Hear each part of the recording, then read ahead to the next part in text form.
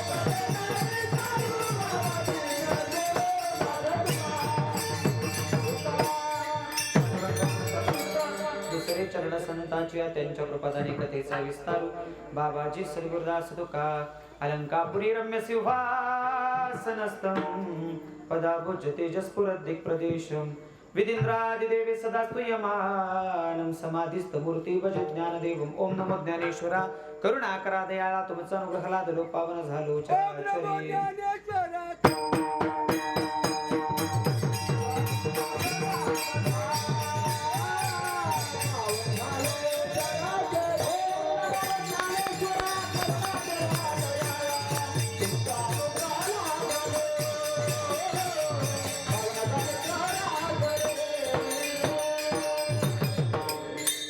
ज्ञानेश्वरा करुणाकरा दयाळा, तुमचा अनुग्रह लादलो पावन झालो चराचरी.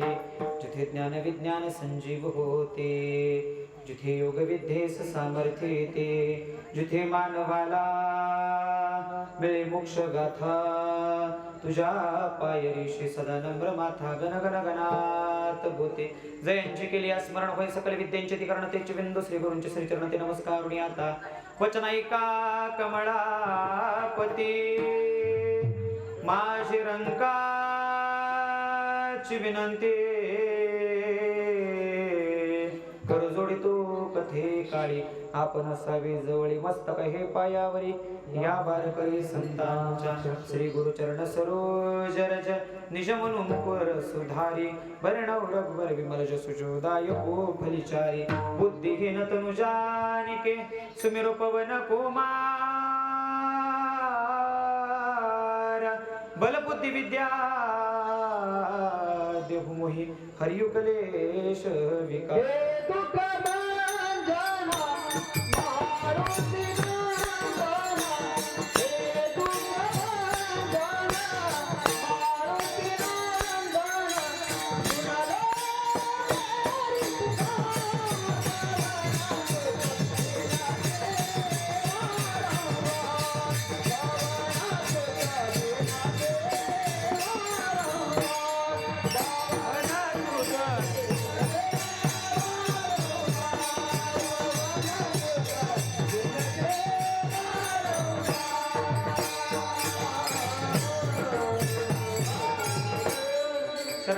जन म्हणता तुम्हा दोरा मदता काही भक्तीच्या त्या वाटा मजदाव्या सुभटा मनोजवम मारुती तुल्य वेगम जितेंद्रियम बुद्धिमतां वरिष्ठम वातात्मजं वानरोत्तमुख्यं श्रीरामदूतं शरणं प्रपद्ये श्रीरामदूतं शरणं प्रपद्ये श्रीरामदूतं शरणं प्रपद्ये विठ्ठल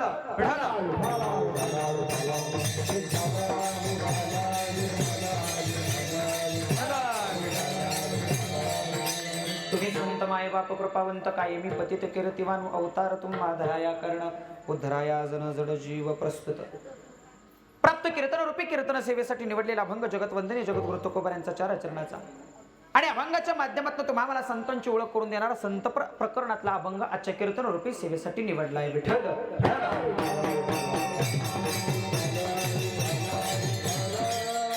माझ्या माईकचा बेस पूर्ण कमी करा बेस पूर्ण कमी करा फक्त गेन वाढवा इको थोडा कमी करा आता बोल नका विठ्ठल विठ्ठल विठ्ठल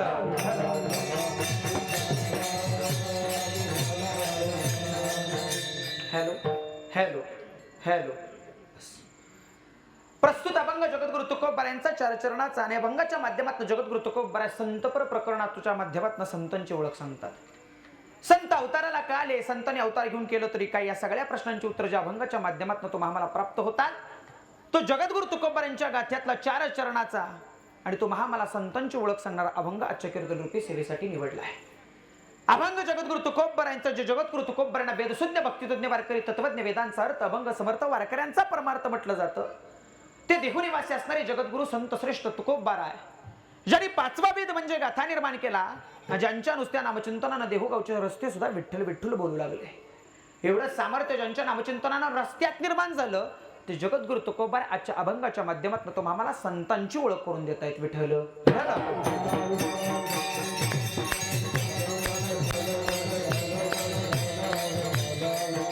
अभंगाच्या प्रथम चरणाच्या माध्यमातून तुकोबा रे तुम्हाला संतांची एक वेगळी ओळख सांगतात आणि ओळख सांगत असताना त्या संतांना जगद्गुरु तुकोबा काही उपमा देतात तुम्ही संत माये बाप कृपावंत काय मी पतित कीर्तिवानू तुकोबा सांगतात बाबा संत कसे आहेत तर संत एखाद्या कृपावंत माय बापाप्रमाणे आहेत संतांनी या जगावर कृपा केली संतांनी या जनमानसावर कृपा केली संतांनी या सृष्टीवर कृपा केली म्हणून संतांना कृपावंत मायबाप म्हटलं गेलं कृपावंत मायबाप आणि मायबाप यात खूप मोठं अंतर आहे बरं का कृपावंत मायबाप कुणाला म्हणावं आणि मायबाप कुणाला म्हणावं यात खूप मोठं अंतर आहे तुकोबराय संतांना नुसते मायबाप म्हणत नाहीत तर कृपावंत मायबाप म्हणतात म्हणजे निश्चित संतांचा अधिकार तेवढा मोठा आहे तुम्ही संत मायबाप कृपावंत काय मी पतित कीर्तिवानू तुकोबराय म्हणतात तुमच्या संतांची तुम्ही संत आहात मायबाप आहात आणि संतांची ओळख कृपावंत मायबापाच्या रूपात करत असताना तुकोबराय स्वतःला पतित म्हणतात म्हणजे अधिकारहीन सांगतात तुमची ओळख करून देताना मी अधिकारहीन आहे तो अधिकार मला नाही मी पतित आहे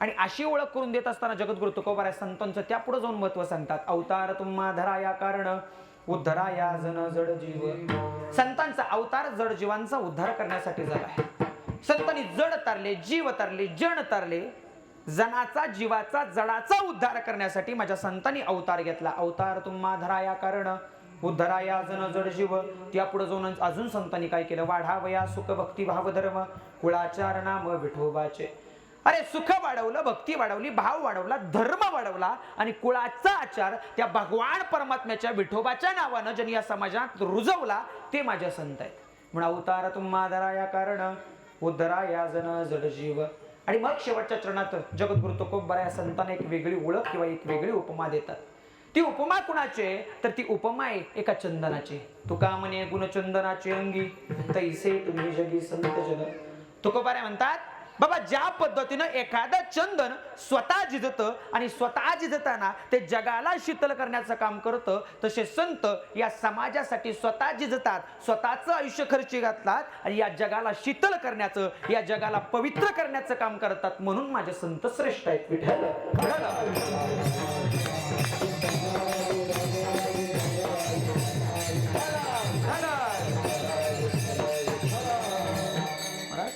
प्रस्तुत अभंग हा जगद्गुरु तुकोबा यांचा लक्ष देऊ नये का 5वा वेद म्हणजे गाथा निर्माण करावा नुसत्या नामचिंतनाने देहुगावचे रस्ते सुद्धा विठ्ठल विठ्ठल बोलायचे सामर्थ्य म्हणजे तुकोबा यांचं आहे एखाद्या रस्त्याने जर माझे तुकोबा चालत गेले ना महाराज आणि त्याच रस्त्याला एखाद्याने आपला कान लावला तर त्या रस्त्यातून आवाज यायचा विठ्ठल विठ्ठल विठ्ठल विठ्ठल कुठं आवाज यायचा?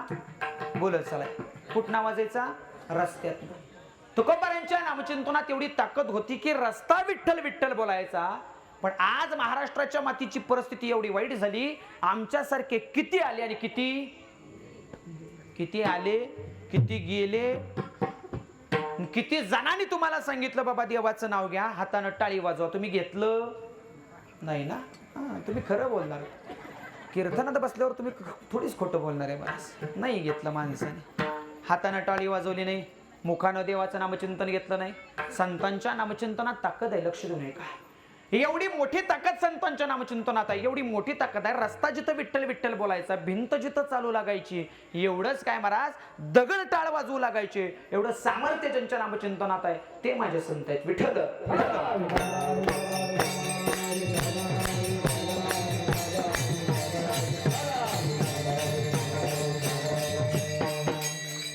संतांनी या जगाला भरपूर काही दिलं बरं का, पण माणसाने ते घेतलं नाही.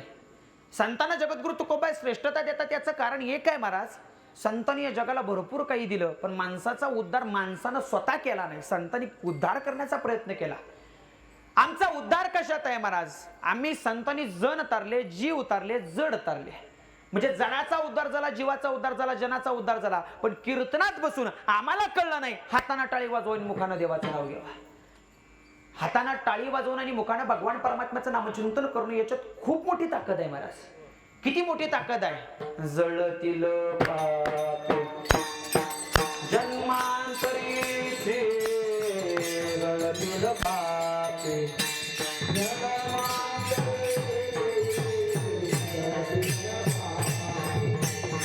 लोक वागतो जरा आपल्याकडे फिरवा, इकडचा थोडा फिरवा.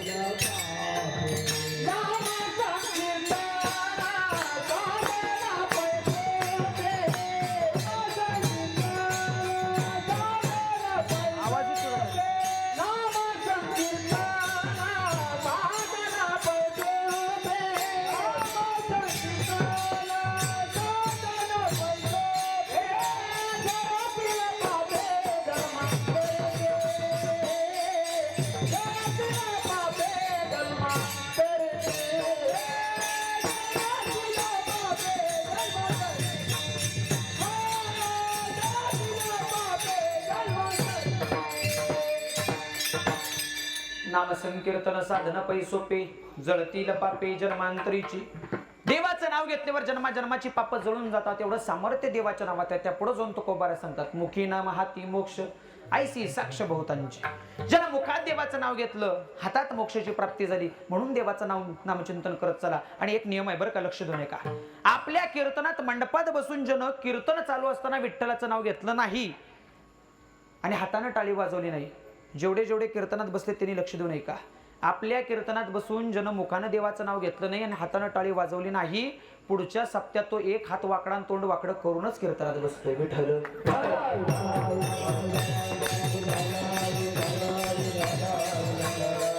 कीर्तनात बसून जर तुम्हाला कीर्तनाचं महत्व कळत नसेल, कीर्तनात बसून तुम्हाला नामचिंतनाचं महत्व कळत नसेल, तर याच्यापेक्षा शोकांतिका तुमच्या आमच्या आयुष्यातली दुसरी कोणती नसेल. भगवान परमात्म्याच्या नामचिंतनात ताकद आहे महाराज. कितवं वर्ष आहे तुमच्या सप्त्याचं? बोलत चला, कितवं वर्ष? 8वं वर्ष. 8 वर्ष झाली तुम्ही अखंड हरिनाम सप्ताह करताय, 8 वर्ष झाली देवाची भक्ती करताय, 8 वर्ष झाली पारायण करताय. ही साधी सोपी गोष्ट आहे का? नाही महाराज. 1 वर्ष कटाकटी कटत नाही महाराज.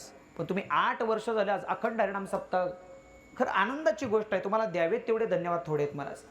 एवढ्याशा वस्तीवर तुम्ही एवढा गोड सप्ताह बसवलाय. बस बस बस, भल्या भल्या सप्त्यांना लाजवेल असा सप्ताह. विठ्ठल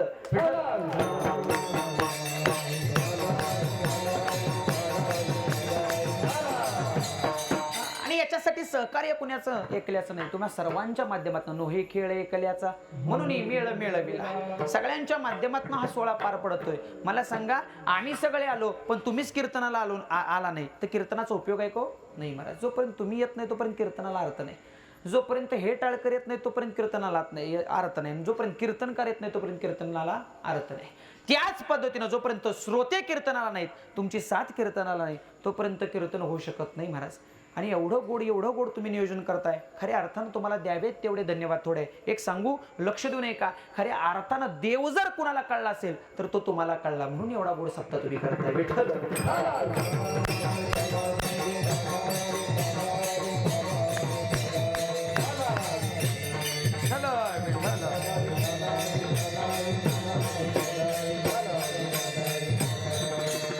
या अखंड हरिनाम सप्ताहाला लाभलेले गायनाचार्य हरिभक्तीपरायण मनोहर महाराज चितळीकर असतील. आनंद वाटावा. अगदी फक्त महाराष्ट्रातच नाही तर ज्यांनी तामिळनाडू सेलम या ठिकाणी गायनाची साथ माझ्या कीर्तनाला करावी. कुठं? तामिळनाडूत.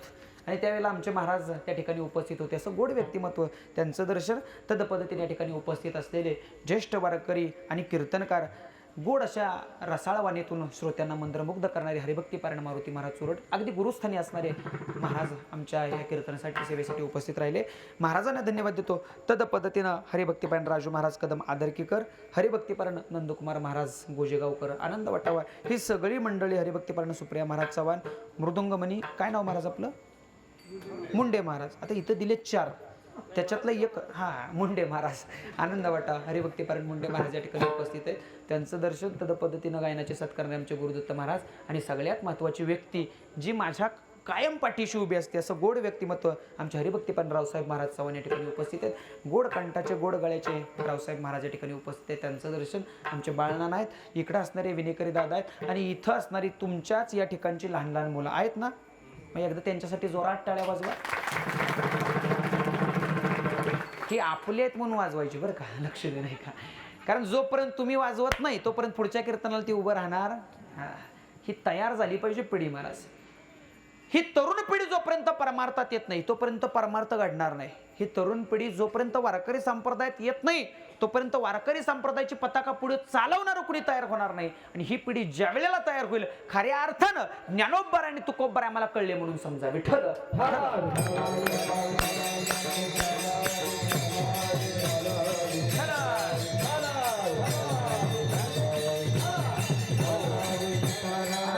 सावंत महाराज आहेत. गोड सगळीच मंडळी इथं बसणारे अगदीच महाराज, ज्यांचा परिचय उभ्या सातारा जिल्ह्याला असावा, असं गोड व्यक्तिमत्व आमचे हरिभक्तीपरायण नारायण महाराज पवार या ठिकाणी उपस्थित आहेत. आनंद वाटावा महाराज. ही मंडळी आजच्या कीर्तनासाठी खऱ्या अर्थानं उपस्थित राहिली, हे माझं भाग्य आहे. तद पद्धतीने आमचे काका या ठिकाणी उपस्थित आहेत. आनंद वाटावा. सकाळीच भेट झाली आणि कीर्तन सेवेचा पुन्हा एकदा योग आला. तद पद्धतीने ज्यांच्या माध्यमात या ठिकाणी येण्याचा योग आला ते तुमच्या या विभागाचं भूषण, गोड व्यक्तिमत्व हरिभक्तीपरायण युवा कीर्तनकार अमित महाराज सावंत, ज्यांच्या माध्यमात इथे येण्याचा योग आला. ज्यांची मागाशी संत पंगत होती त्यांचं दर्शन, ज्यांची गोड सिस्टीम या संपूर्ण कार्यक्रमाला लाभलेली आहे, त्यांचं दर्शन एकदा त्यांच्यासाठी टाळ्या वाजवा. तद पद्धतीने या ठिकाणी उपस्थित असलेले आणि ज्यांचं कीर्तन तुम्ही दुसऱ्या दिवशी ऐकलं, असं गोड व्यक्तिमत्व हरिभक्तीपरायण गुरुवर्य आझाद महाराज गुजर यांचे शिष्य हरिभक्तीपरायण चैतन्य महाराज सोनमळे या ठिकाणी उपस्थित आहेत. त्यांचे वडील आहेत. आनंद आहे बरं का अमित महाराज. इथल्या माणसांना सांगावं लागत नाही टाळ्या वाजवा म्हणून. नाही तर काही ठिकाणी बुवा ओरडू दमतो पण लोक हातावर हात आपटायला तयार. ते इथनं मंडप सोडून बाहेर जातात. ते कळलं असेल तुम्हाला. विठ्ठल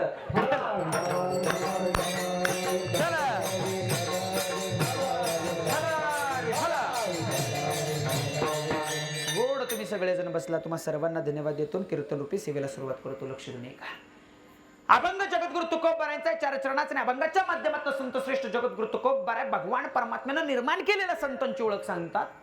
जे संत आले जगाच्या उद्धारासाठी, जे संत आले जगाच्या कल्याणासाठी, ज्यांनी अवतार घेतला आणि अवतार घेऊन काय केलं, जगाच्या कल्याणा संतांच्या विभूती देह कष्टविती परोपकारी. महाराज या महाराष्ट्र या सातारा जिल्ह्याच्या भूमीत हैबत बाबा नावाची एक व्यक्ती अशी झाली, ज्या व्यक्तीनं वारकरी संप्रदायाची पताका पंढरपुरात नेऊन फडकवली, ती व्यक्ती आमच्या सातारा जिल्ह्याची आणि आरफळ गावची. याचा आम्हाला अभिमान पाहिजे महाराज. हा अभिमान साधा सुद्धा नाही महाराज. आज जरी खऱ्या अर्थानं पंढरपूरच्या आणि आळंदीच्या आणि देहूच्या वारीची सुरुवात जर कोणी केली असेल तर ती सुरुवात सातारा जिल्ह्यातून हैबत बाबांच्या माध्यमातून झाली. आम्ही अभिमानानं सांगतोय. विठ्ठल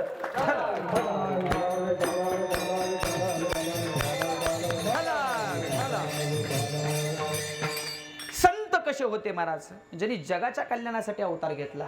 जगाच्या कल्याणा संतांच्या विभूती देह कष्टविती परोपकारी. कल्याण फक्त जगाचं करावं आणि जगाचं कल्याण करत असताना स्वतःला पेष्टा सहन कराव्या, पण कधी माग हटू नये, हे संतांचं कार्य आहे. तुकोबाराय संतांची ओळख सांगतात त्या अगोदर तुकोबारांचं कार्य समाजासाठी काय होतं लक्ष देऊन का महाराज.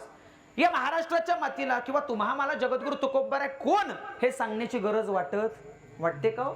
संत कोण हे सांगण्याची गरज या महाराष्ट्राच्या मातीला नाही महाराज.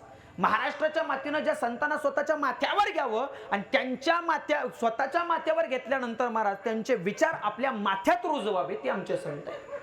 ही साधी सुधी व्यक्तिमत्व नव्हतं महाराज. संतांचा अवतार म्हणजे साक्षात भगवान परमात्म्याचा अवतार आहे.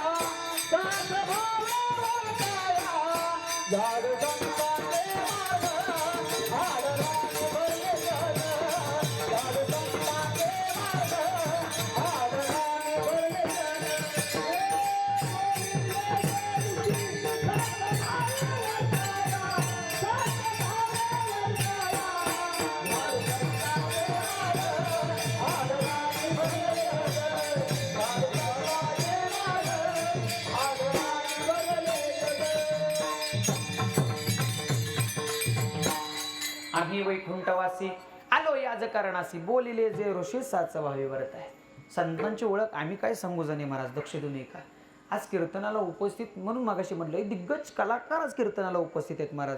आणि त्यातल्याच एक ज्येष्ठ कीर्तनकार असणारे आमच्या माईसाहेब या ठिकाणी उपस्थित आहेत. आनंद वाटा. गोड गोड गोड वैभव परमार्थाचं बरं का. खऱ्या अर्थाने यांची नावं घेता घेता समोर लक्ष गेलं नाही. पण संत असे असावे बरं का महाराज. जोक नाही. जरंडेश्वरवर जाऊन या वयात पारायण करणं आणि या वयात तिथलं व्यासपीठ चालवणं ही साधी सोपी गोष्ट नाही महाराज. मी माईसाहेबांना कीर्तनात बोललो होतो, खऱ्या अर्थानं जर महाराष्ट्राच्या मातीतला जो कीर्तनकार स्वतःला मोठा समजतोय ना, त्यानं फक्त एकदा जरंडा चढून जरंड्यावर कीर्तन करून दाखवावं. विठ्ठल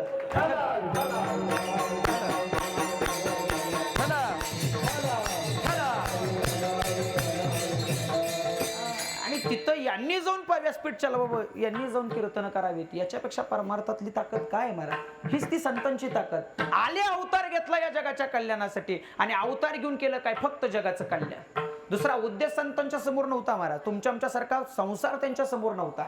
जरी संसारात असले तरी त्यांनी कधी स्वतःचं मन संसारात गुंतून दिलं नाही महाराज.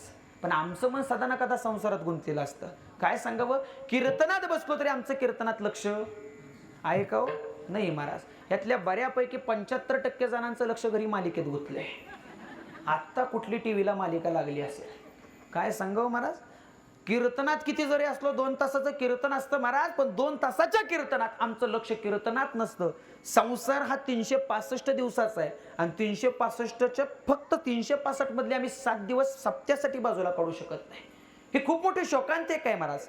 महाराष्ट्राच्या मातीला ही खूप मोठी शोकांतिका आहे की आम्हाला संत कळले नाहीत, आम्हाला परमार्थ कळला नाही, आम्हाला देव कळला नाही महाराज. आणि जोपर्यंत संत, जोपर्यंत परमार्थ, जोपर्यंत देव आम्हाला कळत नाही, तोपर्यंत या संसारूपी सागरातून तरुण जाण्यासाठी आम्हाला मार्ग सापडणार नाही महाराज.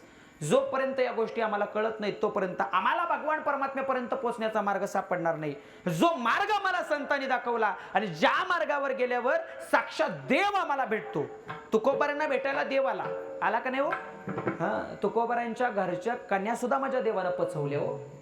काय सांगावं महाराज, केवढं मोठं सामर्थ्य माझ्या संतांच्यात आहे. पाहुणे घराशी आजी आले ऋषिकेशी, काय करू उपचार कोप मोडकी जरजर, दरदरीत पाण्या माझी रांधिलेल्या कन्या. आणि त्या कन्या कुणी खाव्या? देवानं, पांडुरंग परमात्म्यानं त्या कन्या खाव्या.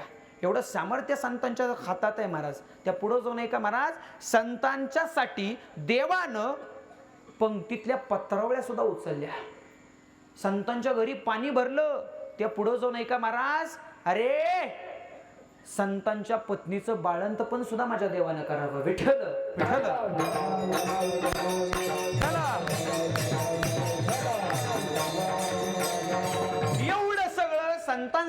देवानं केलं, पण आमच्यासाठी देव येत नाही, ही सध्याच्या माणसाची खूप मोठी शोकांतिका आहे. त्याला एकच कारण आहे महाराज, आमचं मन संसारात आहे, परमार्थात नाही. आम्ही किती जरी वारीत चालायला निघालो तरी आमचं लक्ष वारीत लागत नाही. 21 दिवसाच्या वारीला जातं, दिवसभर वारीत चालतं आणि बरोबर संध्याकाळच्या 6च्या ठोक्याला घरी बायकोला फोन लावता आणि तिला फोन लावल्या एकच प्रश्न विचारता, आज म्हशीनं धार दिली का? चालतंय कुठं? बोलत चला की, चालतंय कुठं वारीत आणि लक्ष कुठं? म्हशीत. विचार करण्यासारखी गोष्ट आहे महाराज. म्हणजे आमचं मन संसारातनं बाहेर पडलं का? नाही पडलं महाराज. गळ्यात तुळशीची माळ घालताना सुद्धा आम्हाला विचार करावा लागतो, घालू का नको. त्या पुढं जाऊन आहे का, महाराष्ट्राची लोकसंख्या जवळजवळ 11,23,74,333. किती आहे? तुम्ही म्हणाल बुवा लईच मोठा डोंगर डोक्यावर दिलास. लक्ष देऊ नये का, महाराष्ट्राची लोकसंख्या 11,23,74,333. त्यापैकी जवळजवळ 10 ते 12 लाख लोकच वारीला जातात. कुठं जातात? वारीला जातात. म्हणजे 10 ते 12 लाख लोक फक्त वारीत चालतात. मग उरलेली जवळजवळ जर 12 कोटी लोकसंख्या धरली तर जवळजवळ 11,88,00,000 लोक गेली कुठं? मोठा प्रश्न आहे. बरोबर आहे का चुकीचं आहे? 12 लाख लोक फक्त वारीत जातात. त्या पुढे जो नाही का, या वर्षीच्या आळंदीचा माऊलींचा सोहळा जर तुम्ही बघितला असेल ना, तर तुम्हाला दिसलं असेल महाराज, एक 4 पायाचं कुत्र वारीत चालत होतं. कोण चालत होतं? बोलत चालायचं. कोण चालत होतं? कुत्र. 4 पायाचं एका शेपटीचं कुत्र माऊलींच्या सोहळ्यात आळंदीच्या वारीत चालत होतं. म्हणजे 4 पायाच्या कुत्र्याला कळलं वारी. जोरात बोला की, 4 पायाच्या, जोरात बोला, 4 पायाच्या कुत्र्याला कळलं वारी. जोरात बोला, 4 पायाच्या कुत्र्याला कळलं, पण 2 पायाच्या कुत्र्याला, वय 2 पायाच्या माणसाला कळलं नाही वारीत चालावं महाराज. 4 पायाचं कुत्र जिथं वारीत चालते तिथं 2 पायाच्या हाडामासाच्या, 2 हाताच्या, 2 डोळ्याच्या, 2 कानाच्या, ज्या माणसाची निर्मिती भगवान परमात्म्यानं वेळात वेळ काढून केली, त्या माणसाला कळलं नाही वारीत चालावा. त्याला कळलं नाही कपाळावर गोपीचंदनाचा टिळा लावावा, त्याला कळलं नाही गळ्यात माळ घालावी महाराज. आणि हे जोपर्यंत तुम्हाला कळलं नाही तोपर्यंत देव तुम्हाला कळणार नाही. ह्या गोष्टी आम्हाला कळल्या पाहिजेत. गळ्यात तुळशीची माळ घालावी, ह्या गोष्टी कळल्या पाहिजेत आम्हाला. कपाळावर गोपीचंदनाचा टिळा लावा. आमचा जन्म कशासाठी? देवी दिला देह भजना गोमटा, तो या झाला फाटा बाधिकेचा. त्या भगवान परमात्म्याने तुमची आमची निर्मिती करत असताना एक विचार केला की या जगात मला ओळखणारं कुणीतरी असावं, या जगात माझं नाव घेणारं कुणीतरी असावं. आणि त्यावेळी देवानं तुमचा आमचा देह घडवला. पण या देहाला बाधिकेचा फटा झाला आणि तिथून पुढे तो देह संसारात गुंतला, संसारातनं बाहेर पडला. म्हणून आमच्या संतांना यावं लागलं. देवाला येणं शक्य नव्हतं. ज्यावेळी देवानं स्वतःचा अवतार म्हणून संतांना पाठवलं. महाविष्णूचा अवतार सखा माझा ज्ञानेश्वर, तुकोबांना ब्रह्मदेवाचा अवतार मानलं जातं, महाविष्णूचा अवतार ज्ञानदेवांना मानलं जातं. अरे माझ्या संत म्हणजे देव होते, फक्त निमित्त त्या देवते, संत देवते संत, निमित्त त्या प्रतिमा. आणि असं असणारं संतांचं व्यक्तिमत्व जे जगाच्या कल्याणासाठी आलं. आणि ज्या संतांनी या ठिकाणी येऊन कृपावंत मायबापाचा दर्जा मिळवला, मग कृपावंत मायबाप कुणाला म्हणावं? हृदयाचे कान करून ऐका, लक्ष देऊन ऐका. काही जण म्हणतील कृपावंत मायबाप म्हणजे कोण? मायबाप आणि कृपावंत मायबाप यात खूप मोठा फरक आहे. मग मायबाप कुणाला म्हणावं आणि कृपावंत मायबाप कुणाला म्हणावं? महाराज, मायबाप म्हणजे स्वतःच्या मुलांना जन्म देतात, स्वतःच्याच मुलांवर संस्कार करतात आणि स्वतःच्याच मुलांवर प्रेम करतात, त्यांना काय म्हणायचं? मायबाप म्हणायचं. मग कृपावंत मायबाप कुणाला म्हणावं? ज्यांनी प्रेम करत असताना जेवढं प्रेम स्वतःच्या अपत्यावर केलं तेवढंच प्रेम जगाच्या अपत्यावर सुद्धा ज्यांनी केलं त्यांना कृपावंत मायबाप म्हणावं. म्हणजे जेवढं प्रेम आपल्या पोरावर केलं तेवढंच प्रेम शेजारणीच्या पोरावर केलं तर ते कृपावंत मायबाप. पण आमची आई जर पप्या तिचा जर उन्हात खेळायला लागला तर आई घरात नात मरते, पप्या त्या शेजारच्या कार्ट्या बरोबर उन्हात खेळू. म्हणजे स्वतःचा तो पप्या आणि शेजारचं कार्ट. मग शेजारचं कार्ट स्वतःचा पप्या झाला तर त्या आई बापाला कृपावंत आई बाप म्हणता येते का? नाही. मग संतांना कृपावंत मायबाप का म्हणावं? लक्ष देऊ नये का? संतांनी कृपा करत असताना कृपा ही संपूर्ण समाजावर केली. संतांनी ज्यांनी संतांना त्रास दिला त्यांच्यावर संतांचं तेवढंच प्रेम होतं. आणि ज्यांनी संतांची भक्ती केली त्यांच्यावर सुद्धा संतांचं तेवढंच प्रेम होतं. पसायदानाच्या माध्यमातून जगाची माऊली जगाच्या बापाकडे पसायदान मागताना सांगते, जे खळांची व्यंकटी सांडो तया सत्करी विरती वाढो भूता परस्परी पडो मैत्र जीवांचे. जे खळ आहेत, जे दुर्जन आहेत ना देवा, अरे त्यांच्या अंगी असणारं खळ म्हणजे दुर्जनपणा निघून जाऊ दे आणि काय होऊ दे, तया सत्कर्मी सत्कर्माकडे त्यांची गती वाढू दे. हे जगाच्या माऊलीनं जगाच्या बापाकडे मागावा. संतांची ओळख एकच सांगते महाराज माऊलींच्या ओळीच्या माध्यमातून, जो खंडावया घाव घाली की लावणी जयाने केली दोघा एकची सावली वृक्ष दे जैसा. झाड जसं ते वृक्ष झाड लावणाऱ्याला आणि ते झाड तोडणाऱ्याला सारखीच सावली दिसतं, तसे संत संतांना दुःख देणाऱ्याला आणि सुख देणाऱ्याला सारखंच प्रेम देतात. विठ्ठल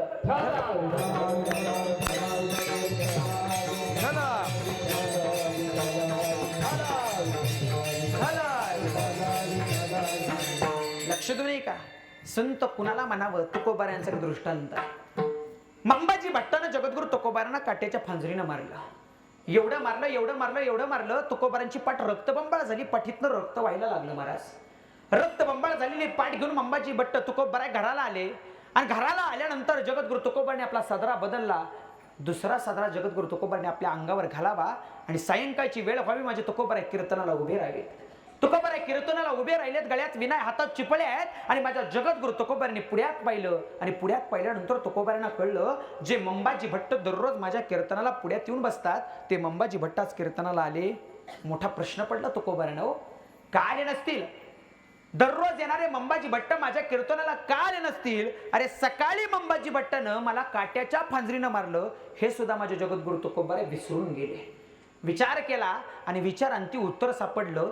सकाळी मंबाजी भट्टानं मला काट्याच्या फांजरीनं मारलं, एवढं मारलं की ते मारल्यामुळं मंबाजी भट्टाचा हात दुखत असावा म्हणून मंबाजी भट्ट कीर्तनाला आले. कुणाचा हात दुखत असावा? कुणाचा? मंबाजीचा. म्हणजे जन मारलंय त्याचा, म्हणजे जन मारलंय त्याच्या हाताची काळजी माझ्या जगद्गुरु तुकोबारांनी, पण स्वतःच्या पाठीचं दुखणं अजिबात. विचार केला काय करावं? 18 विश्व घरात दारिद्र्य आहे. माझे जगद्गुरु तुकोबारा आत गेले. घरात गेल्यानंतर फुटकी वाटी घेतली, डब्यातलं तेल वाटीत पुसून काढलं आणि ती तेलाची वाटी घेऊन जगद्गुरु तुकोबारा मंबाजी भट्टाच्या दारात गेले. मंबाजी भट्टाच्या दाराच्या बाहेर जगद्गुरु तुकोबारा उभे राहिले. मंबाजी भट्टाच्या दारावर थाप मारली. मंबाजी, अहो मंबाजी असं म्हणल्याबरोबर नुकतेच आडवे झालेले मंबाजी भट्ट खडबडून जागे झाले. आवाज कुणाचा येतोय म्हणून दरवाजाच्या जवळ गेले. दरवाजा उघडला आणि बाहेर पाहतात तो काय? तुकोबारांची देखणी मूर्ती मंबाजी भट्टाच्या दारात उभे. जगद्गुरु तुकोबारांना मंबाजी भट्टांना विचारावं, तुकोबारा का आलात? कशासाठी आलात? अहो सकाळी मी तुम्हाला काट्याच्या फांजरीनं मारलं, एवढं मारलं तुम्ही रक्तबंबाळ झाला आणि आता तुम्ही माझ्या दारात आलात. का आलात? कशासाठी आलात? आणि जगद्गुरु तुकोबारांनी उत्तर द्यावं, मंबाजी कीर्तनाची वेळ झाली, चला ना कीर्तनाला. सारा समाज तुमची वाट बघतोय, मी तुमची वाट बघतोय आणि म्हणून मी तुम्हाला कीर्तनाला बोलवण्यासाठी आलोय. काय सांगावं महाराज? जगद्गुरु तुकोबारांचे शब्द ऐकल्यानंतर मंबाजी खजील झाला. पुन्हा एकदा तुकोबारांना विचारू लागला, तुकोबारा तुम्हाला कळतंय का? सकाळी मी तुम्हाला काट्याच्या फांजरीनं मारलं, एवढं मारलं की तुमची पाठ रक्तबंबाळ झाली आणि तुम्ही आता मला बोलवण्यासाठी कीर्तनाला नेण्यासाठी आला. तुम्हाला काय म्हणावं तुकोबारा? एवढं मारलं, किती मारलं असेल मी तुम्हाला? आणि तुकोबारा उत्तर देतात, बरोबर आहे मंबाजी, तुम्ही मला सकाळी एवढं मारलं की ते मारल्यामुळं तुमचा हात दुखत असावा म्हणून ही तेलाची वाटी घेऊन मी तुमचा हात चोळण्यासाठी तुमच्या दारात आलोय. किती मोठा परमार्थ आहे, किती मोठं वैराग्य आहे. संतांचं वैराग्य हेच होतं महाराज. त्या पुढं जाऊन आहे का? जगद्गुरु तुकोबारांकडे पाहून मंबाजी भट्ट अवाक झाला. मंबाजी भट्टाला शब्द सुचेना. शेवटी मंबाजी भट्ट जगद्गुरु तुकोबारांच्या डोळ्यात डोळे घालून पाहू लागला आणि म्हणतोय कसा, अहो तुकोबारा तुम्हाला कळतंय का? तुम्ही माझ्यावर रागवायला हवं, तुम्ही मला शिव्या द्यायला हव्या, तुम्ही मला मारायला हवं, पण एवढं न होता तुम्ही म्हणताय की तुम्ही माझा हात सोडण्यासाठी आला. तुकोबारा काय सिद्ध करताय? तुम्ही माझ्यावर ओरडायला हवं, रागवायला हवं, पण तुम्ही असं का करताय? तुम्ही माझ्या जगद्गुरु तुकोबारांनी उत्तर द्यावं, मंबाजी तुम्ही म्हणताय ना तुम्ही माझ्यावर ओरडायला हवं, तुम्ही माझ्यावर रागवायला हवं, ओरडू कोणावर रागवू कोणावर या प्रश्नाचं उत्तर अगोदर मला द्या. मला एका प्रश्नाचं उत्तर द्या. ज्यावेळी तुम्ही मला मारत होता त्यावेळी तुम्ही मला कशानं मारलं? काट्याच्या फांजरीनं. कशानं मारलं? बोलत चला. काट्याच्या फांजरीनं. पण मारत असताना मंबाजी भट्टानं आपल्या शरीराच्या कोणत्या अवयवाचा वापर केला हो? हाताचा. म्हणजे मारलं कशानं? हातानं. जोरात बोला. मारलं कशानं? हातानं. मारलं कुठं? तुकोबारायांच्या पाठीवर. मारलं कशानं? हातानं. मारलं कुठं? पाठीवर. आणि मग तुकोबारांनी उत्तर द्यावं, मंबाजी तुम्ही मारलं तुमच्या हातानं, मारलं माझ्या पाठीवर. मंबाजी तुम्ही मारलं तुमच्या हातानं, मारलं माझ्या पाठीवर. मंबाजी तुम्हाला कळतंय का, हे वैर तुमचं माझं नाही, तर तुमच्या हाताचं आणि माझ्या पाठीचं आहे. मग त्यांच्या वैरात आपण मध्ये का पडावं? हा परमार्थ संतांचा आहे महाराज. हे श्रेष्ठत्व संतांचं आहे. असे संत या जगाच्या मातीवर पुन्हा होणे नाही महाराज. काय सांगावं. अरे एवढा एवढा एवढा उपकार या संतांनी जगावर केला. म्हणून या संतांना कृपावंत मायबापाची उपमा दिली. अभंगाचं पहिलं.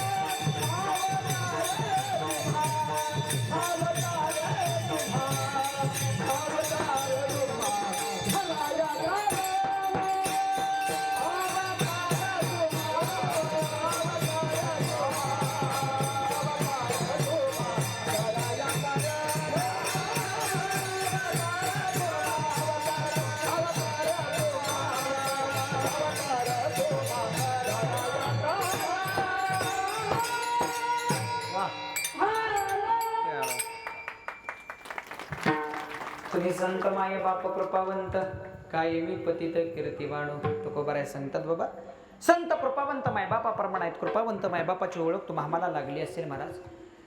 मंबाजी भट्टावर जगद्गुरु तुकोबांनी उपकार केला. मंबाजी भट्टावर जगद्गुरु तुकोबांनी प्रेम केलं.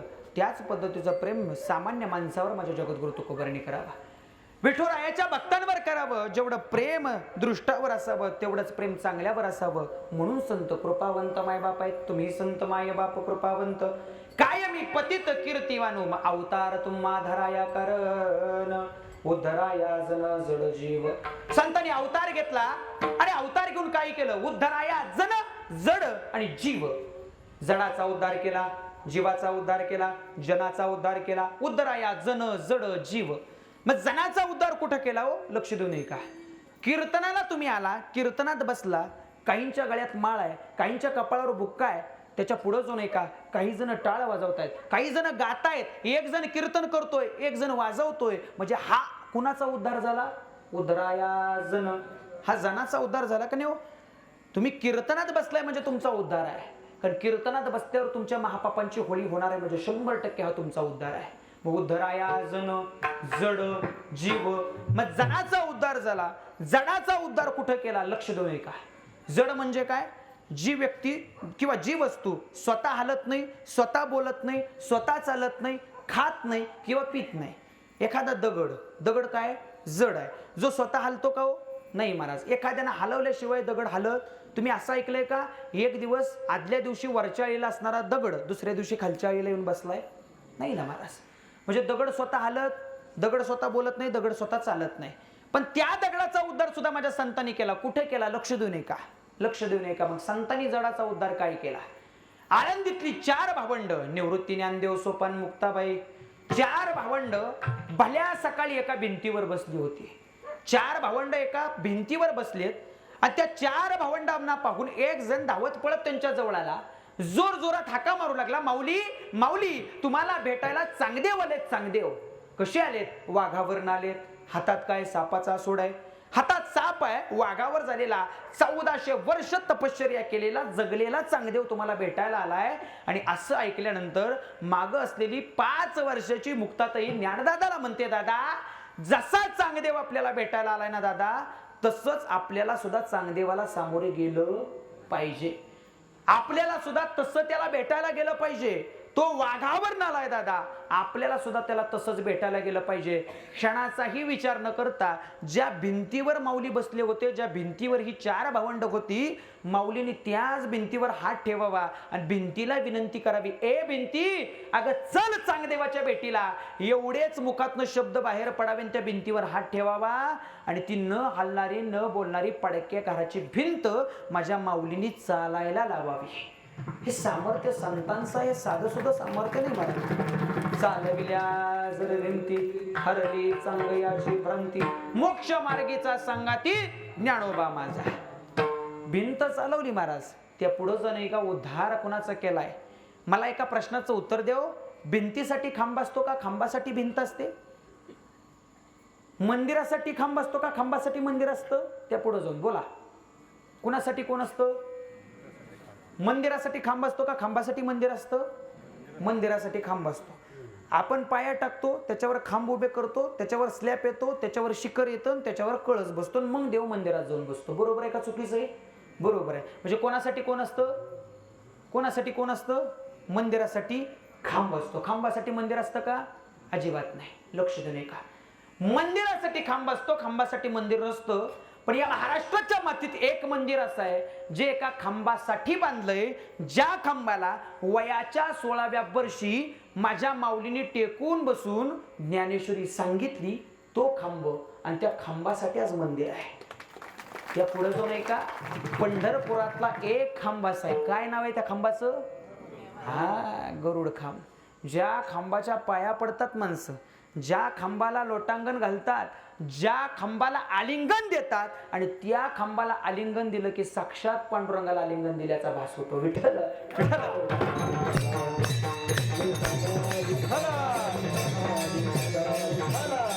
उद्धराया जन जड जीव, मग जडाचा उद्धार झाला, जनाचा उद्धार झाला, जीवाचा उद्धार कुठे केला? लक्ष देऊ नये का. अरे ही आळंदीतली 4 भावंड पैठणच्या धर्मपीठाकडे स्वतःच शुद्धीपत्र मागण्यासाठी गेली होती. आई वडिलांनी या 4 मुलांना शुद्धीपत्र मिळावं म्हणून देहांत प्रायश्चित्त घेतलं. आपल्या मुलांना आई बापानं एकटं सोडून या मुलांसाठी देहांत प्रायश्चित्त करावं, स्वतःचं आयुष्य संपवून टाकावं. मोठा विचार या 4 भावंडांच्या समोर बसला. आपल्या आई बापानं आपल्याला शुद्धीपत्र मिळावं म्हणून देहांत प्रायश्चित्त घेतलंय. आपल्याला काय करायला हवं? आपल्याला शुद्धीपत्र मिळवायला हवं. आणि ही 4 भावंड पैठणच्या धर्मपीठाकडे गेली. पैठणच्या धर्मपीठाकडे गेल्यानंतर धर्मपीठाला विनंती केली, आम्हाला शुद्धीपत्राचा अधिकार द्या. आमच्या आई वडिलांनी देहांत प्रायश्चित्त घेतलं, स्वतःचं आयुष्य संपवलं, आता आम्हाला अधिकार आहे शुद्धीपत्राचा, आम्हाला शुद्धीपत्र द्या. पैठणच्या धर्मपीठानं सांगावं, तुम्ही अजूनही संन्यासाची पोर आहात. एकदा तुमच्या नावावर जो कलंक बसलाय तो कलंक आता पुसणं शक्य नाही. तुम्ही अजूनही संन्यासाची पोर आहे, तुम्हाला शुद्धीपत्र मिळू शकत नाही. माऊलीने विनंती करावी, अहो जो माझ्यात आहे तो तुमच्यात आहे, जो चराचरात आहे प्रत्येकाच्या ठाई ठाई तो पांडुरंग बसलाय, ठाई ठाई तो देव वास करतोय. जो माझ्यात आहे तोच तुमच्यात आहे. मग असं असताना मला का वेदाचा अधिकार नाही? मला का शुद्धीपत्राचा अधिकार नाही? पैठणच्या धर्मपीठानं सांगावं, बाबा अरे जो तुझ्यात आहे तो माझ्यात आहे असं कुठं आहे? अजिबात नाही. ही गोष्ट अजिबात शक्य नाही. माऊलींनी सांगावं हीच गोष्ट शक्य आहे, हीच गोष्ट शाश्वत आहे, हीच गोष्ट सत्य आहे. कारण का विठ्ठल जळी स्थळी भरला रता ठाव नाही वरला. विठ्ठल जळा स्थळात भरलाय महाराज, जळी स्थळी काष्टी पाशाने माझा तो भगवान परमात्मा दडलाय. माऊलींनी सांगावं जो माझ्यात आहे तोच तुमच्यात आहे. समोरने एक 4 पायाचा रेडा चालत होता. धर्मपीठानं त्या माऊलींना प्रश्न विचारला, तू असं म्हणतो जो तुझ्यात आहे तो चराचरात आहे, मग मला एका प्रश्नाचं उत्तर द्या, जो तुझ्यात आहे जो तुमच्यात आहे तो समोरच्या रेड्यात आहे का? माऊलींनी सांगावं हो, जो माझ्यात आहे तो रेड्यात सुद्धा आहे.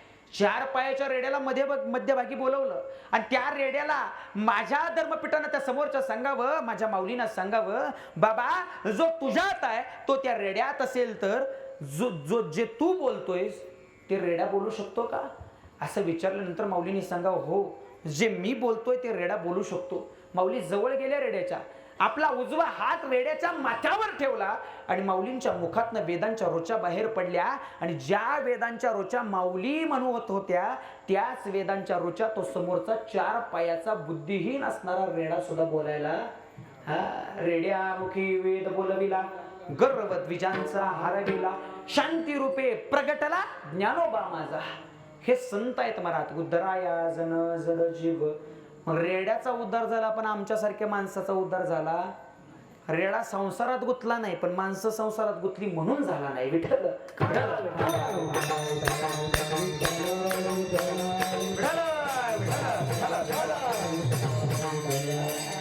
आम्ही संसारात गुंतलो, एवढे गुंतलो की त्यात मेलो पण त्यातनं बाहेर पडलो. माऊलींची एक खूप गोड उभे, जैसा भ्रमर भेदी कोडे गलते काष्ट कोरडे परिकळिके माझी सापडे कोवळे. ते तर उत्तीर्ण होईल प्राणे परिते कमळदर चिरुनेने तैसे कठीण कोवळेपणे स्नेह दे का. भ्रमर म्हणजे काय बोलत चालायचं. भ्रमर म्हणजे भुंगा. भुंगा काय करतो कठीणातलं कठीण लाकूड पोखरून जातो, पोखरतो का नाही. पण तोच भुंगा जेवी कमळाच्या फुलात अडकतो ना, कमळाच्या फुलात अडकलेला भुंगा कमळातच गुदमरून मरतो पण त्यातनं बाहेर पडत. ते कमळाच्या फुलात गुदमरून मरतं पण त्यातनं बाहेर पडत का पडत नाही हो. कठीणातलं कठीण लाकूड पोखरणारा भुंगा पण कमळाच्या फुलात अडकल्यानंतर त्या कमळाचा स्नेह, त्या कमळाचं ममत्व, त्या कमळाचं प्रेम त्या भुंग्याला दाबून ठेवतं. ते भुंगा आत गुदमरून मरेल पण त्यातनं बाहेर पडणार. तसं तुमचं आमचं झालंय महाराज.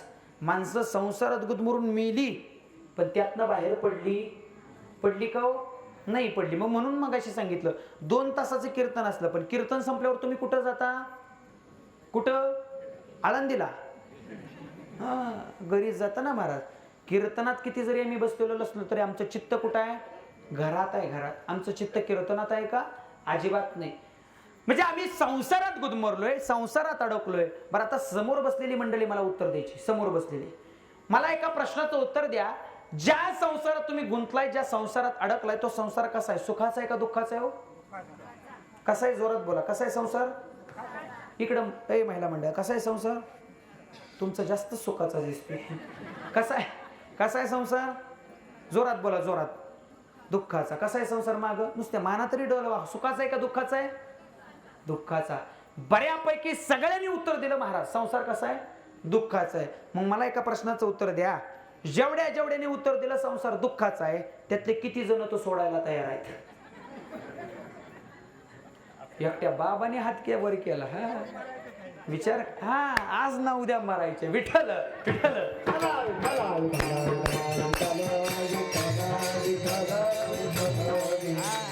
संसार दुःखाचे महाराज. सहजासहजी माणसं सोडत.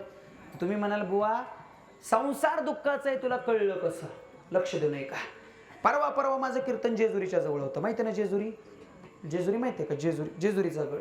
जेजुरीच्या जवळ माझं कीर्तन सकाळी 10 ते 12 फुलाचं कीर्तन. 10 ते 12 फुलाचं कीर्तन झालं. जवळ असणारा जेजुरीचा गड आणि गडावर असणारा खंडोबाराया. त्या खंडोबारायाचं दर्शन घेण्यासाठी मी जेजुरीच्या पायथ्याला गेलो. पायथ्याला गाडी लावली, गाडीतनं उतरलो. आता ते जेजुरीच्या गडाच्या पायऱ्या आहेत, त्या पायऱ्या चढाव्या लागतात. त्या पायऱ्या चढण्यासाठी मी चालू केलं. 4-5 पायऱ्या चढून वर गेलो. तेवढ्यात मला पाटणं काहीतरी आवाज ऐकू यायला लागला. आवाज कशाचा येतो म्हणून मी माघारी ओढलो. माघारी ओढल्यानंतर मला असं दिसलं एक नवीन लग्न झालेलं जोडपं तो जेजुरीचा गड चढायला आलेलं होतं. कोण होतं? नवीन लग्न झालेलं जोडपं. आणि त्या जोडप्याला तो बेलभंडारावाला सांगत होता, बाबा जेजुरी पुरी करायची असेल तर बायकोला उचलून घ्यावं लागेल आणि 5 पायऱ्या चढाव्या लागतात का हो? जोरात बोल. लागतात का? आता माझं अजून झालं नाही म्हणून तुम्हाला विचारतोय. लागतात का? 5 पायऱ्या चढाव्या लागतात महाराज. त्याला तसं म्हटल्यानंतर त्या बिचाऱ्याला एवढा आनंद झाला, त्यानं त्या बिचारीला कवळा घातला आणि ऐकताय काय, बघता बघता बघता बघता 5 काय 15 पायऱ्या चढून ती वर गेला आणि 15व्या पायरीवर त्यानं बायकोला खाली ठेवलं आणि त्याच्या चेहऱ्यावरचा आनंद असा होता जणू काही फाकड्यानं अख्खं जगत जिंकलं. एवढा आनंद त्याच्या चेहऱ्यावर, एवढा आनंद. बस बस बस बस. अमित महाराज, त्याच्या चेहऱ्यावरचा आनंद बघून मला न होताच कळलं संसारात किती सुख आहे. एवढा आनंद. असं म्हटल्यानंतर महाराज काय सांगू, मी म्हणलं संत उगाच सांगतात संसार दुःखाचं मूळ आहे. आणि असं म्हणून मी पुन्हा एकदा चालायला सुरुवात केली. आणखी 2-4 पायऱ्या चढून वर गेलो आणि 2-4 पायऱ्या चढल्यानंतर मला पुन्हा पाटणा आवाज ऐकवायला लागला. आता आवाज कशाचा येतो म्हणून मी पुन्हा माघारी वळून बघितलं आणि माघारी वळून बघितल्यानंतर मला कळलं आणखी एक जोडपं तो जेजुरीचा गड चढायला आलेलं होतं. त्या जोडप्याला सुद्धा त्या समोरच्या बेल भंडारावाल्याने सांगावं, बाबा जेजुरी पुरी करायची असेल तर बायकोला उचलून घ्यावं लागेल आणि 5 पायऱ्या चढाव्या लागतील. पण लिमकर जोडपं होतं मुंबईचं. कुठलं होतं? जोरात बोला. कुठलं होतं? जोडपं होतं मुंबईचं 35-55चं. वय नाही सांगत, वजन. त्या बिरमुट्याचं वजन 35 किलो, त्या बिचारीचं वजन 55 किलो. आता 35 किलोच्या बिरमुट्याला ते बेल भांडारवाला म्हणतोय तो 55 किलोचा बोजा घेऊन उचलून 5 पायऱ्या चढ. त्याच्या पोटात आला गोळा. आणि जसं ती 35-55चं बघितलं महाराज, मनाशी ठरवलं गड्या, हा भारत पाकिस्तानचा सामना ड्रॉ करून चालणार नाही, तर बसूनच बघितला पाहिजे. जाग्यावर मांडी घालून खाली बसलो महाराज. आणि एक सांगू, ज्याचं झालं नाही त्याला असलं बघायला जरा बरं वाटतं. जाग्यावर खाली बसलं बघायला लागलो. आता काय होतंय, ते 35 किलोचं बीर मोठं लागलं 55 किलोकडे बघायला. पायाच्या नकापासून वरच्या डोक्याच्या केसापर्यंत वर्ण खाली वर्ण खाली वर्ण खाली वर्ण खाली. जेवढी बायको त्यानं लग्नात बघितली नाही तेवढी खंडोबारायच्या पायरीवर बघितली. त्याला मोठा प्रश्न पडला, आपल्याला हा शिवधनुष्य पेलल का? खूप मोठा प्रश्न पडला. झालं असं, जिल्ह्यापेक्षा तालुका मोठा झाला महाराज. अवघड परिस्थिती झाली. काय करावं. एक सांगू, याच्यात त्या दोघांची बी चुकी नव्हती, जोड लावणाऱ्यानं चुकीचा लावलेला. महाराज, त्या बिचाऱ्याच्या मनात आलं काय करावं. ती बिचारी म्हणली, जोपर्यंत तुम्ही मला उचलून घेत नाही तोपर्यंत मी खंडोबा राहायला येतच नाही. आता याला मोठा प्रश्न पडला, काय करावं. शेवटी ती बिचारी याच्या कवळ्यात मावणारी नव्हती. हे बिचारं दोन्ही पायावर खाली बसलं. त्याच्या घरातली 4 चौघ आली, त्या बिचारीला उचलून त्याच्या खांद्यावर दिलं. कुठं दिलं? खांद्यावर दिलं. आणि त्याला खांद्यावर दिल्यानंतर मी त्याच्याकडे बघितलं. म्हणला ते उठतंय का नाही. पण तुम्हाला काय सांगावं, तसला बोजा घेऊन ती उठलं. आणि जसं ती उठलं, मला जुनं एकच गाणं आठवलं. कोण होतास तू, काय झालास तू. आणि तिच्या पायी वाया गेला वय. काय सांगावं महाराज, तसला बोजा घेऊन ती उठलं चालायला लागलं. कशी बशी फाकड्यानं पहिली पायरी चढली आणि दुसऱ्या पायरीसाठी त्यानं डावा पाय उचलला. जसा त्यानं डावा पाय उचलला तसा त्याचा उजवा पाय लटापटा. उजवा पाय लागला लटापटा करायला. माग झुकावं, पुढं झुकावं, डावीकडं झुकावं, उजवीकडं झुकावं, याला काही कळे ना. पण फाकड्यानं ठरवलं, मोडेन पण वाकणार नाही. मोडलं तरी चालेल पण वाकायचं. तसला बोजा घेऊन ती उठलेलं होतं. पहिली पायरी चढलेली होती. 5 पायऱ्या झाल्याशिवाय थांबायचं नाही ठरवलेलं होतं. आणि यानं उचललेला डावा पाय दुसऱ्या पायरीवर टाकला. पण जसा यानं उचललेला डावा पाय दुसऱ्या पायरीवर टाकला तसा वरचा 55 किलोचा मोदळा खाली. वर्ण बिचारी 5 फुटावरून खाली पडली. पडली खोब्यावरच पडली. ज्या चौघांनी उचलून धरले, उचलून याच्या खांद्यावर दिली, ती चौघ आली. दोघांनी हात धरले, दोघांनी पाय धरले, तशीच नेऊन गाडीत टाकली. महाराज 10 मिनिटानंतर हे बिचारं सावरलं.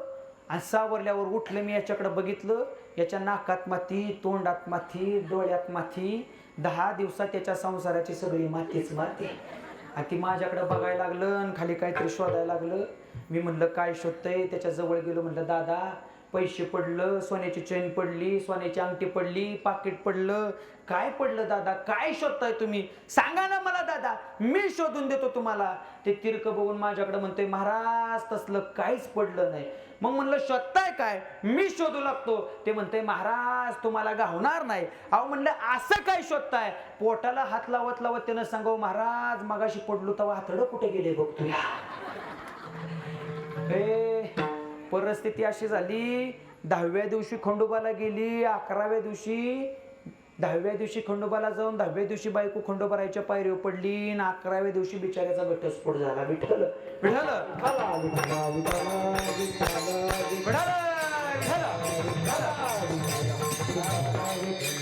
एवढा संसार दुःखाचा आहे. दुःख बांधवडी आहे हा संसार, सुखाचा विचार नाही कुठे. महाराज संसारात सुख शोधायला गेला, सुख मिळणार. सुख पाहता जवा पडे, दुःख पर्वता एवढे. मृत्यू प्रत्येकाला आहे महाराज. इथं राहायला आलंय का कुणी? उपजेते नाशे, नाशिले ते पुनरुपी दिसे, एक दिवस मरायचे महाराज, एक दिवस प्रत्येकाला मरायचे. एक दिवस मेल्यानंतर प्रत्येकाला घराच्या बाहेरच पडायचे. उड़ जाएगा एक दिन पंछी, रहेगा पिंजरा खाली. ऐकू द्या. तुला कही पाजत करले, तुला का करे रखवाली. उड़ जाएगा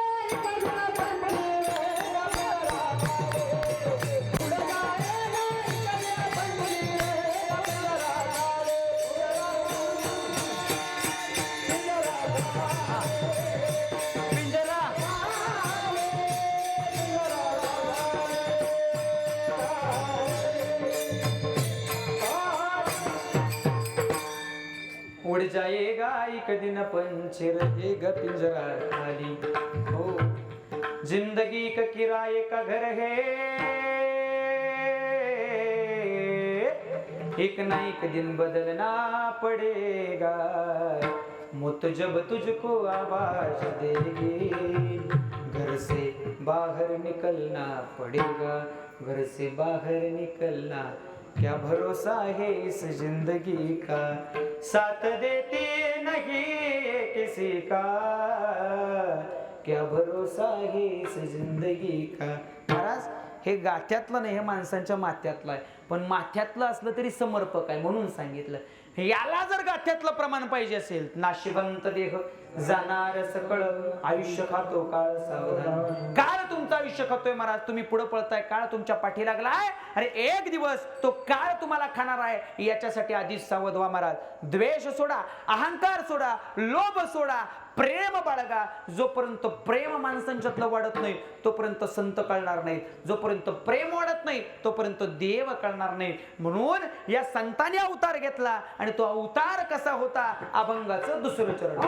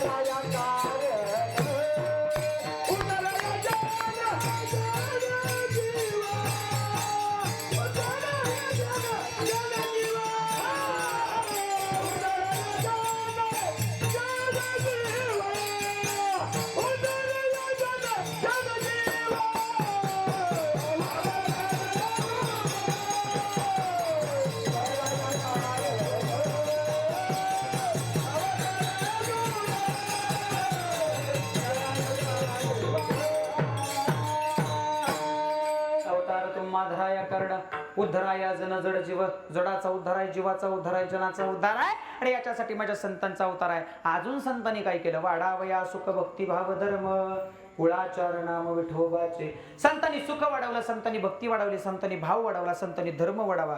कारण भावे विन भक्ती, भक्ती विन मुक्ती, बळे विन शक्ती बोलू नये. भावाशिवाय भक्ती नाही, भक्तीशिवाय मुक्ती नाही, बळाशिवाय शक्ती नाही महाराज. त्याच्यामुळे संतांनी अगोदर काय केलं महाराज? उद्धराया जन जड जीव आणि मग काय? वाढावया सुख भक्ती भाव धर्म कुळाचार नाम विठोबाचे. त्या कुळाचा आचार विठोबाच्या नावानं ज्यांनी केला ते माझे संत आहेत महाराज. त्यांनी तुम्हाला देवाचं नाव दिलं, ते देवाचं नाव तुमच्या मुखात राहिलं पाहिजे, ते देवाचं नाव तुम्ही आम्ही घेतलं पाहिजे. म्हणून सर्वांनी आता आपापले दोन्ही हात वर करायचे. चला, जेवढे जेवढे कीर्तनाला बसले तर जेवढे जेवढे कीर्तनात आहेत त्या सगळ्यांनी आपापले दोन्ही हात वर करा. चला, माग बसलेली पुढे बसलेली सगळ्यांनी हात वर करा. ज्याला ज्याला वाटतंय देवाने आपल्याला दोन हात दिलेत आणि ते उद्या सकाळपर्यंत टिकावेत त्या सगळ्यांनी हात वर करा आणि हातानं थांबा, मी सांगितल्यावर हातानं टाळी वाजवायची आणि मुखानं त्या देवाचं नाव घ्यायचं. विठोबा रखुमा टाळी वाजवा.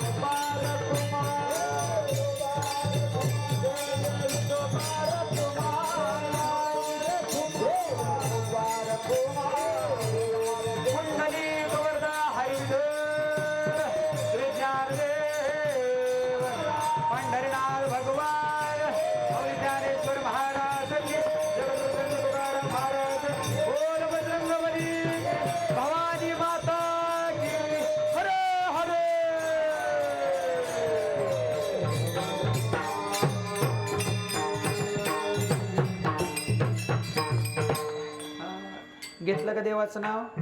हे जोरात बोला. देवाचं नाव घेतलं का? नक्की? पण मला एका प्रश्नाचं उत्तर द्या. तुम्हाला हात वर करायला मी सांगितले, मग खाली करायला कोणी सांगितले? तुमचं तुम्हीच केले. त्याच्यामुळे आता तुम्हाला शिक्षा. मी पुढं आणि तुम्ही मागं. म्हणणार ना सगळे? 2 मिनिटं भजन करायचं, 10व्या मिनिटाला कीर्तन संपलं. 2 मिनिटं सगळ्यांनी हाताने टाळी वाजवायची, मुखानं देवाचं नाव घ्यायचं. इको द्या दादा. टाळकरी बंद, मृदुंगमणी बंद. मी पुढून तुम्ही. म्हणणार ना सगळे? हाताने टाळी वाजवायची, मुखाने देवाचं नाव घ्यायचं. चला बेटे बेटे सावधान. विठ्ठल रखुमाई विठ्ठल विठ्ठल. एक टाळी. हा, विठ्ठल रखुमाई विठ्ठल विठ्ठल.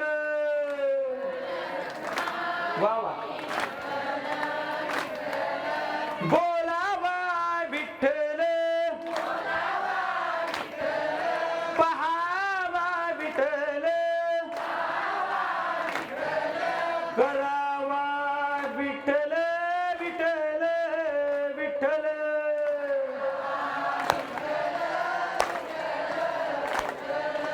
विठ्ठल रखुमाई विठ्ठल विठ्ठल. हा, विठ्ठल रखुमाई विठ्ठल विठ्ठल. पकवास. हा, विठ्ठल रखुमाई विठ्ठल विठ्ठल. हा, विठ्ठल माझा माझा माझा माझा माझा विठ्ठल माझा मी विठ्ठलाचा.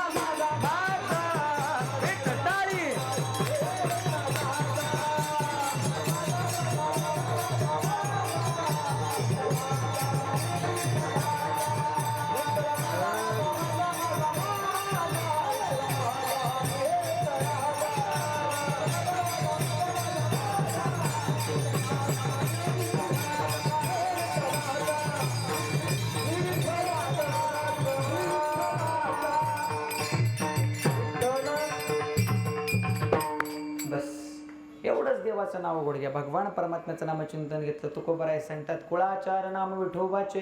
कुळाचा आचार त्या पांडुरंगाच्या नावाने केला. अरे संतांच्या तेवढी ताकद होती. लक्ष देऊ नये का? हृदयाचे कान करा महाराज. जनाबाई दिवसभर काबाड कष्ट करायची, दिवसभर काम करायची आणि संध्याकाळच्या वेळेला येऊन जात्यावर बसायची. जात्याच्या खुंट्याला हात द्यायची आणि खुंटा ओढत ओढत दळण दळत त्या विठुरायाला हाक मारायची महाराज. जनाबाई देवाच्या ओव्या गायची. कोद्या दादा काय जनाबाईच्या ओव्या होत्या? किती ताकद होती हो जनाबाईच्या ओव्या काय होत्या? लक्ष देऊ नये का? सुंदर माझे जाते ग फिरते बहुतुक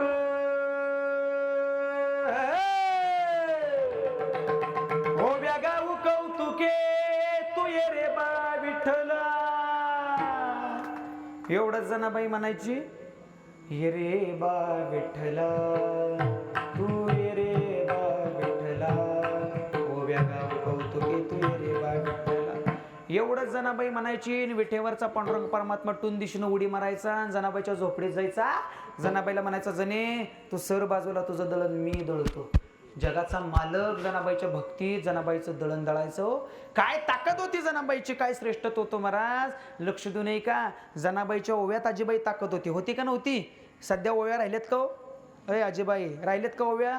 सध्या ओव्या राहिल्या, जात राहिलं आणि ओवीवाली बी राहिली. बरोबर आहे. जात राहिलं नाही, ओव्या राहिल्या नाही, ओवीवाली बी राहिली नाही. आमच्या जातीची अवस्था एक थाळी पुढच्या दाराला, एक थाळी मागच्या दाराला आणि जात्याचा खुटा ढिकून मारायला. परिस्थिती अवघड झाली महाराज. तरी बी परवा एका घरातनं मला ओवीचा आवाज ऐकू यायला लागला. कुणाच्या घरातनं आवाज ऐकू येतोय म्हणून मी ओवीचा शोध गेलो. एक 80 वर्षाची म्हातारी ओव्या म्हणत होती. ओव्या. आणि ती ओव्या कशावर म्हणत होती? जात्यावर नाही. सध्या काय निघाली? घरघंटी. घरघंटीचं बटन दाबलं, गव्हाचं दळण टाकलं आणि म्हातारीनं घरघंटीवर सूर लावला. आता घरघंटीवल्या ओव्या सरळल्या असतील का आजीबाई? म्हातारीनं सूर लावला. माळाच्या आंब्याखाली माझा भाऊ ग दारू काढी. कोण काढी? काय काढी? दारू. दारू. म्हातारी अट्टल बेवड्याच्या घरातली होती. तसल्या म्हातारीनं सूर लावलाय. माळाच्या आंब्याखाली माझा भाऊ ग दारू काढी कुण्या मेल्यानं केली चाडी आली पोलिसाची गाडी.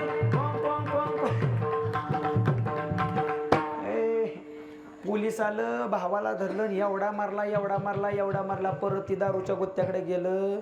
माणसानी महाराज दारू पायी संसार उद्ध्वस्त केलं. संसार. लक्ष देऊ नये का महाराज? वाईट वाटेल पण एक गोष्ट बोलून जाईन. ज्यांनी दारू पिऊन बाटल्या मोकळ्या केल्या त्यांनी स्वतःचे राती घर विकली. ज्यांनी दारू पिऊन बाटल्या मोकळ्या केल्या त्यांनी स्वतःची राती घरं विकली. आणि ज्यांनी मोकळ्या बाटल्या नेऊन बाजारात विकल्या त्यांनी आज बंगलं बांधलं.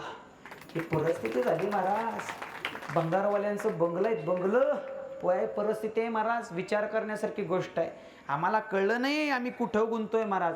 व्यसनात दारूच्या गुंतून माणसं मेली. अरे मी एकच सांगून जाईन. अरे नशा करना है तो ऐसा नशा मत करो जो सुबह करे और रात को उतर जाए.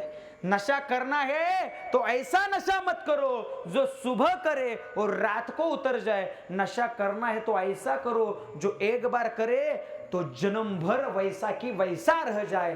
ते नशा आणि ती नशा देवाच्या नावाची. जोपर्यंत देवाच्या नावाच्या नशा तुम्ही करत नाही मला देवाच्या नावाची नशा असे जन केली त्याची कधीच उतरली. असं व्यसन पाहिजे माणसाला देवाच्या नावाचं. जनाबाईला देवाच्या नावाचं व्यसन होतं महाराज. म्हणून देव जनाबाईचं दळण दळायला यायचा. आम्हाला कशाचं व्यसन आहे विचार करण्यासारखी गोष्ट आहे महाराज. वाईट अवस्था झाली दारुड्यांच्या घराची महाराज. बंगलं विकलं, घरं विकली, पत्रा विकला. अरे काय अवस्था आहे दारुड्यांच्या पोराची. अंगावर घालायला कपडे नाहीत. बायकोच्या अंगावर साडी नाही महाराज. फाटकी साडी बायको वापरते पण तरी सुद्धा हे दारू पिणं सोडत. लिटर दूध पितात आमच्यासारखे वारकरी. अर्धा लिटर दूध पितात. पण लिटर लिटर दुधात जेवढी ताकद येत नाही महाराज, हे फक्त 200 मिलीची चपटी मारत. रातच्या 12ला येऊन चौकात ओरडतं, फाडून टाकीन. काय अवस्था आहे, फाडून टाकीन, तोडून टाकीन. रातच्या 12ला ह्याचं ऐकायला कुणी नसतं. ह्यानं म्हणलं ना फाडून टाकीन, गावची कुत्री तेवढी गोळा होते. हे म्हणतं फाडून टाकीन, कुत्री म्हणतात भाऊ भाऊ भाऊ भाऊ. हे म्हणलं फाडून टाकीन, कुत्री म्हणतात भाऊ भाऊ भाऊ भाऊ. ह्याला वाटतं आपल्यालाच कुणीतरी भाऊ म्हणतंय, मग ह्यात अजून जोर, तुडून टाकीन, मुडून टाकीन. काय अवस्था दारुडेची हो. एक सांगू महाराज, व्यसन हे माणसाला नरकात नेतंय. व्यसन हे माणसाचं आयुष्य संपवतंय. आणि एखाद्या दारुडेला मारुती महाराज आमच्यासारख्या जर वारकऱ्यांना, तुमच्यासारख्या वारकऱ्यांना जर सांगितलं, बाबा अरे दारू वाईट आहे, दारू वाईट आहे, दारू पिऊ नको, दारू वाईट आहे, ते म्हणतं महाराज दारू वाईट नाही, दारू चांगली आहे. आपण म्हणलं ना दारू वाईट आहे, ते म्हणतं दारू चांगले आहे. आम्ही म्हणावं अरे दारू सारखं व्यसन वाईट आहे, दारू पिल्यानं माणूस मरतो रे, अरे दारू वाईट आहे. ते म्हणतं महाराज दारू सारखा पदार्थ नाही, दारू चांगली आहे. आपण म्हणलं वाईट आहे, ते म्हणलं चांगली आहे. शेवटी वैतकत. आणि आपण म्हणलं ना दारू वाईट आहे, ते म्हणतं तुम्हाला पटत नसलं तर थोडीशी घेऊन बघा. अवघड परिस्थिती झाली महाराज. आपण सारखे खरी ताती महाराज. काय सांगावं, व्यसनात माणसं गुंतून मिली हो. पण एक सांगू, व्यसन करावं ते भगवान परमात्म्याच्या नामचिंतनाचं करावं. देवाच्या नावात मीराबाईनं विषाचा प्याला पिला महाराज. देवाच्या नावात मीराबाईनं विषाचा प्याला पचवला, पण मीराबाईला काहीच झालं नाही. कारण पिणारे ओठ जरी मीराबाईचे असले ना, तर ते विष पचवणारा कंठ माझ्या भगवान परमात्म्याचा होता. काय सांगावं, मीराबाईनं देवाच्या नावात विष पिलं. ऐसी लागे लगन मीरा हो गई मगन, वो तो गली गली गली गली गली गाने लगे. ऐसी लागे लगन मीरा हो गई मगन. महाराज एवढं वेड लागलं. शेवटी त्या राजाने विषाचा प्याला मीराबाईच्या हातावर ठेवला. राणाने विष दिया मनो अमृत दिया, मेरा सागर में सरिता समाने लगी. दुख लाखों सहे मुख से गोविंद कहे, मीरा गोविंद गोपाल गाने लगी. वो तो गली गली हरि गुण गाने लगी.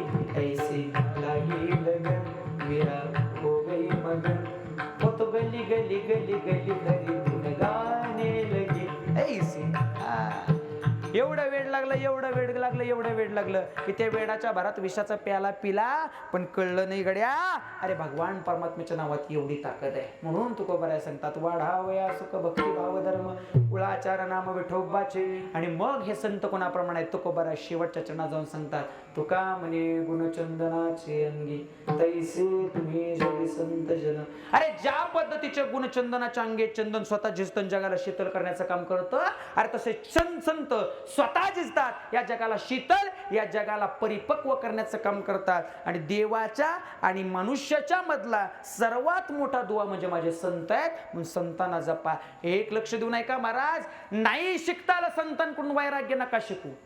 नाही संतांकडून शिकता आलं वैराग्य नका शिकू. नाही संतांकडून शिकता आलं बुद्धीचा गुणधर्म, बुद्धिचातुर्य नका शिकू. पण संतांकडून एकच शिका, माणूस म्हणून माणसासारखं कसं जगावं हे तुम्हाला आम्हाला शिकवणारे एकमेव संत आहेत. म्हणून संतांच्या जवळ जा, म्हणून संतांच्या सानिध्यात जा. लक्ष देऊ नये का संतांची ओळख तुमच्यासाठी काय. जाता जाता एकच सांगेन, लक्ष देऊ नये का महाराज, संत आमच्यासाठी कोणाप्रमाणे आहेत. लक्ष देऊ नये का, एखादी छोटी लहान मुंगी, लाल मुंगी, तिला एका घरातनं दुसऱ्या घरात जायला किती वेळ लागतो. अगदी 4-5 तासाचा वेळ लागतो तिला. एका घरातनं शेजारी असणारी घर, शेजारी असणाऱ्या एका घरातनं दुसऱ्या घरात जायचं म्हटलं तरी लाल मुंगीला 4 ते 5 तास लागतात. पण त्याच मुंगीनं जर एखाद्या दिवशी ठरवलं मी दिल्लीला जाणार, कुठं जाणार, मुंगीनं काय ठरवलं, मुंगीनं काय ठरवलं, दिल्लीला. नक्की तुम्ही झोपलाय का मी झोपलोय, कोण मुंगीनं काय ठरवलं, दिल्ली. शक्य आहे का, शक्य आहे का, अजिबात नाही. मुंगीनं ठरवलं दिल्लीला जाणार, हे अजिबात शक्य. पण तीच मुंगी जर दिल्लीला जाणाऱ्या माणसाच्या शर्टवर बसली, किती वेळात दिल्लीला पोहोचल. ती बिचारी विमानात बसलं की मुंगी विमानात, अगदी विमानाचा एसीचा प्रवास करून मुंगी कुठं, दिल्ली.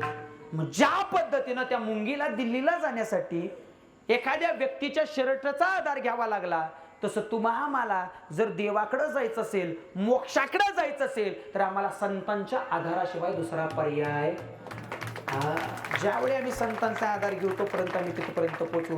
त्याच्यामुळं संत आमच्यासाठी महत्वाचे आहेत आणि ते चंदनाप्रमाणे आहेत. हे महाराज, संतांनी जे सांगितलं ते आम्हाला कळलं पाहिजे, ते आम्हाला वापरता आलं पाहिजे. ते ज्ञान गुढ आहे महाराज. प्रगट गुह्य बोले विश्व ब्रह्मच केले. अरे गुह्य ज्ञान संतांनी या जगासाठी वाढून ठेवलं. ते संत आमच्यासाठी महत्वाचे आहेत महाराज.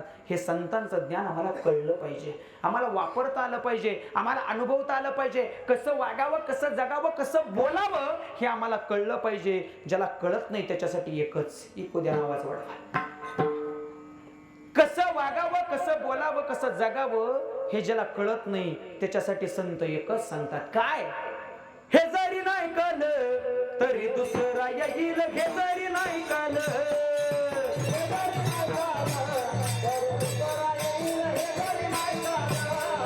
हे जरी नाही कळलं तरी दुसरा येईल. हे जरी नाही कळलं,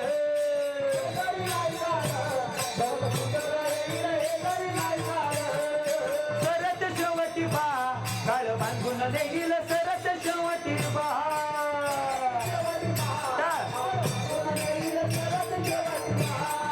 सरत शेवटी बा काळ बांधून देईल. सरत शेवटी बा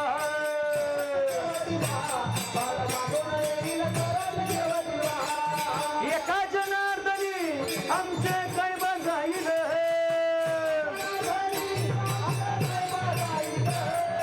एका जनार्दनी आमचे काय बघाईल.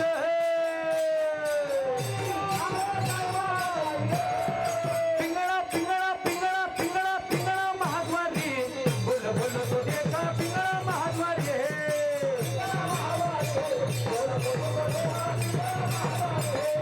पिंगळा महाद्वारी बोल बोल तो देखा. पिंगळा महाद्वारी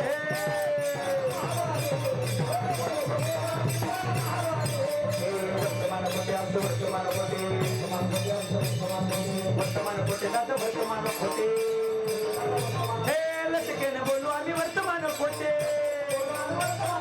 वर्तमान खोटे दादा वर्तमान खोटे. लटकेने बोलू आम्ही वर्तमान खोटे. पिंगा ग बाई पिंगा ग, पिंगा ग बाई पिंगा. पिंगा ग बाई पिंगा ग, पिंगा ग बाई पिंगा. अवगा अवगा अवगा अवगा धागड भिंगा ग. अवगा धागड भिंगा ग. अवगा धागड भिंगा ग. अवगा धागड भिंगा ग.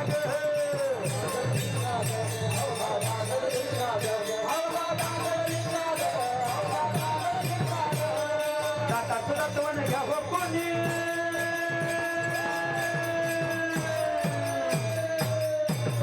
दाताचं दातवण घ्यावं कोणी. घ्यावं कोणी. कुंकू घ्या कोणी कालमणी. कुंकू घ्या कोणी कालमणी.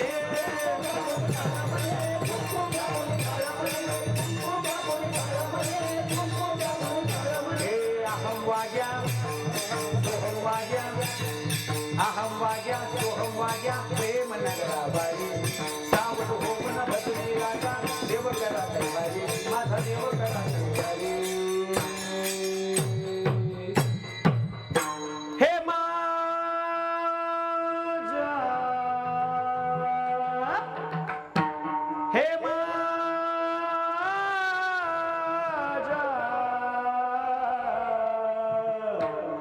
मल्हारीची वारी मल्हारीची वारी. माझा मल्हारीची वारी मल्हारीची वारी.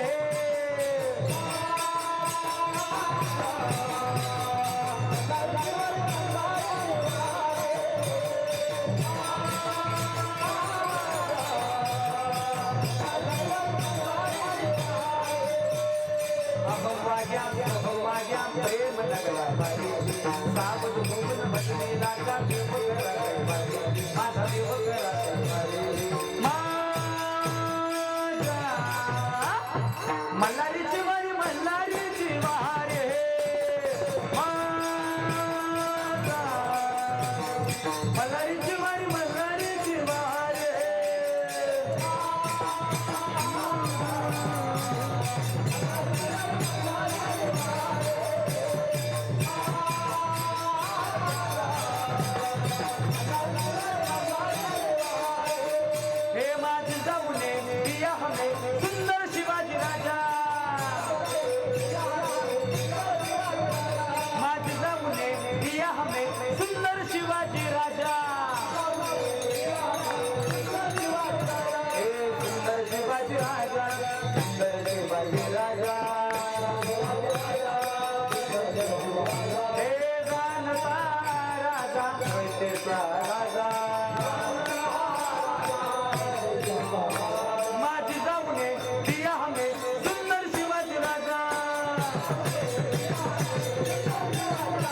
माझी जाऊने दिया हमे सुंदर शिवाजी राजा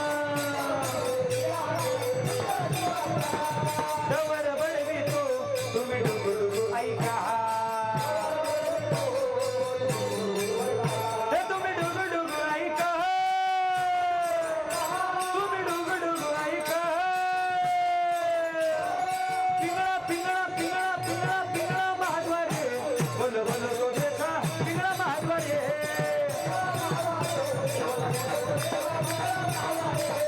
पिंगळा महाद्वारे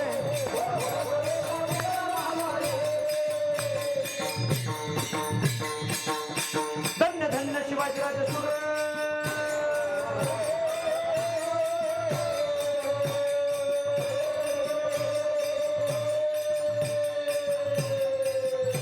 धन्य धन्य शिवाजीराजे सुर धन्य धन्य शिवाजीराजे सुर धन्य धन्य शिवाजीराजे सुर पराक्रमी थोर केले जर पाणी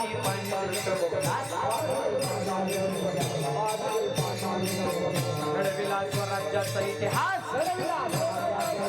घडविला स्वराज्याचा इतिहास कीर्तीचा डंक बिडे गगनात कीर्तीचा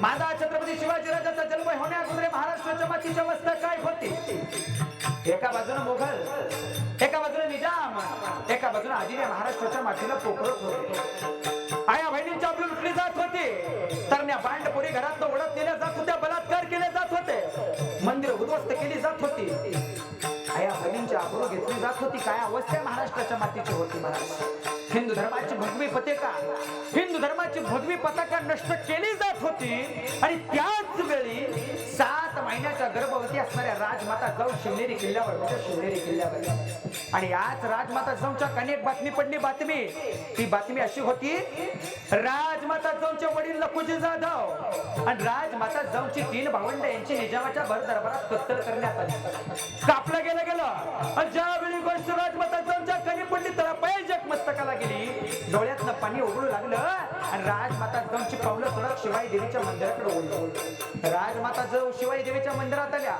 समोरच्या शिवाई देवी समोर पदर पसरला मातेला विनंती केली माते माते आतापर्यंत तुझी भक्ती केली आतापर्यंत तुझी पूजा केली आतापर्यंत तुला आठवलं आळवलं माते काय कमी पडलं ग माते माझ्या बापाची माझ्या भावंडाची निजामाच्या भर दरबारात कत्तल होते माते काय कमी पडलं आणि असा प्रश्न विचारणारा राजमाता जाऊ समोरच्या शिवाई देवीला विनंती करू लागल्या माते बोल ना काय कमी पडलं शिवाई देवी राजमाता जाऊच्या प्रश्नाचं उत्तर द्यायला तयार नव्हती शेवटी राजमाता जाऊन शिवाई देवीचा गोंधळ घालायला सुरुवात केली कसा उधे गांबे उधे उधे गांबे उधे उधे गांबे उधे उधे गांबे उधे कोल्हापूरची अंबाबाई गोंधळाला ये माहूरगडची रेणुका गोंधळाला ये तुळजापूर भवानी गोंधळाला ये वन्यची सप्तशृंगी गोंधळाला ये उधे गांबे उधे उधे गांबे उधे काम क्रोध बकरा मारा तुझा रुक्माईच्या वरा तुझा रुक्माईच्या वरा तुझा रुक्माईच्या वरा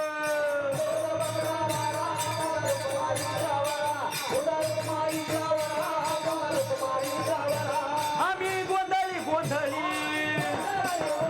आम्ही गोंधळी गोंधळी हे आम्ही गोंधळी गोंधळी आम्ही आंबेचे गोंधळी आम्ही आंबेचे गोंधळी आम्ही आंबेचे गोंधळी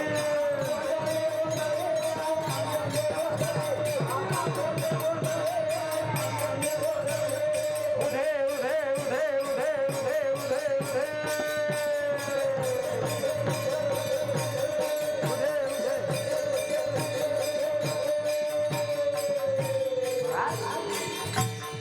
राजमाता जाऊन शिवाई देवीचा गोंधळ घातला.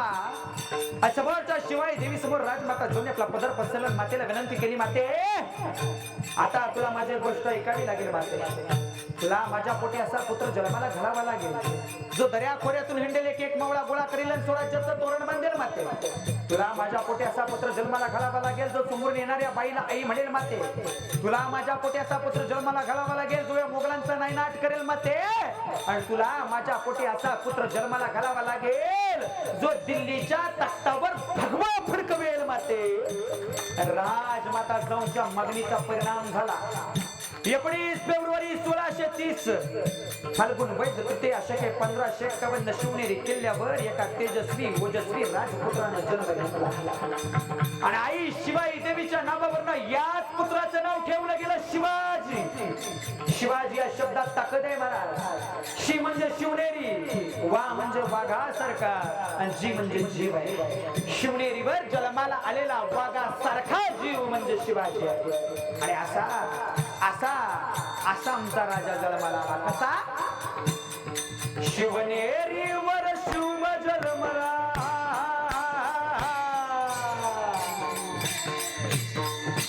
शिवनेरीवर शुभ जन्मला, राजांचा अधिपती, सारे राजांचा अधिपती, दैवत छत्रपती नामचे.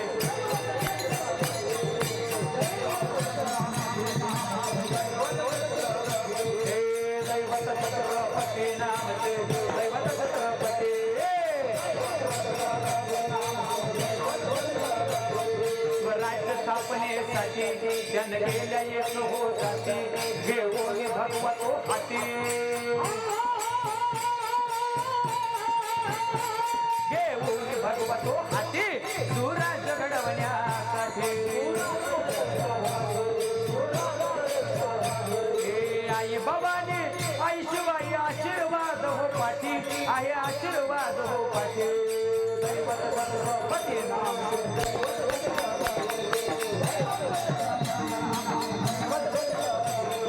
दैवत छत्रपती नाम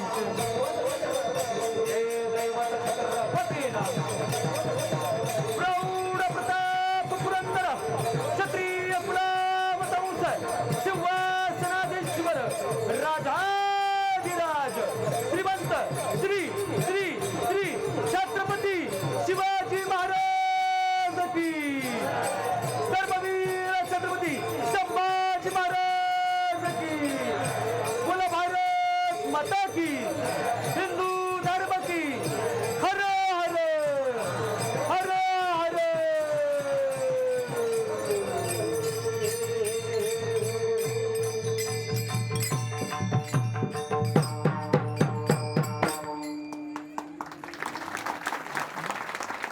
असा असा आमचा राजा जन्माला आला.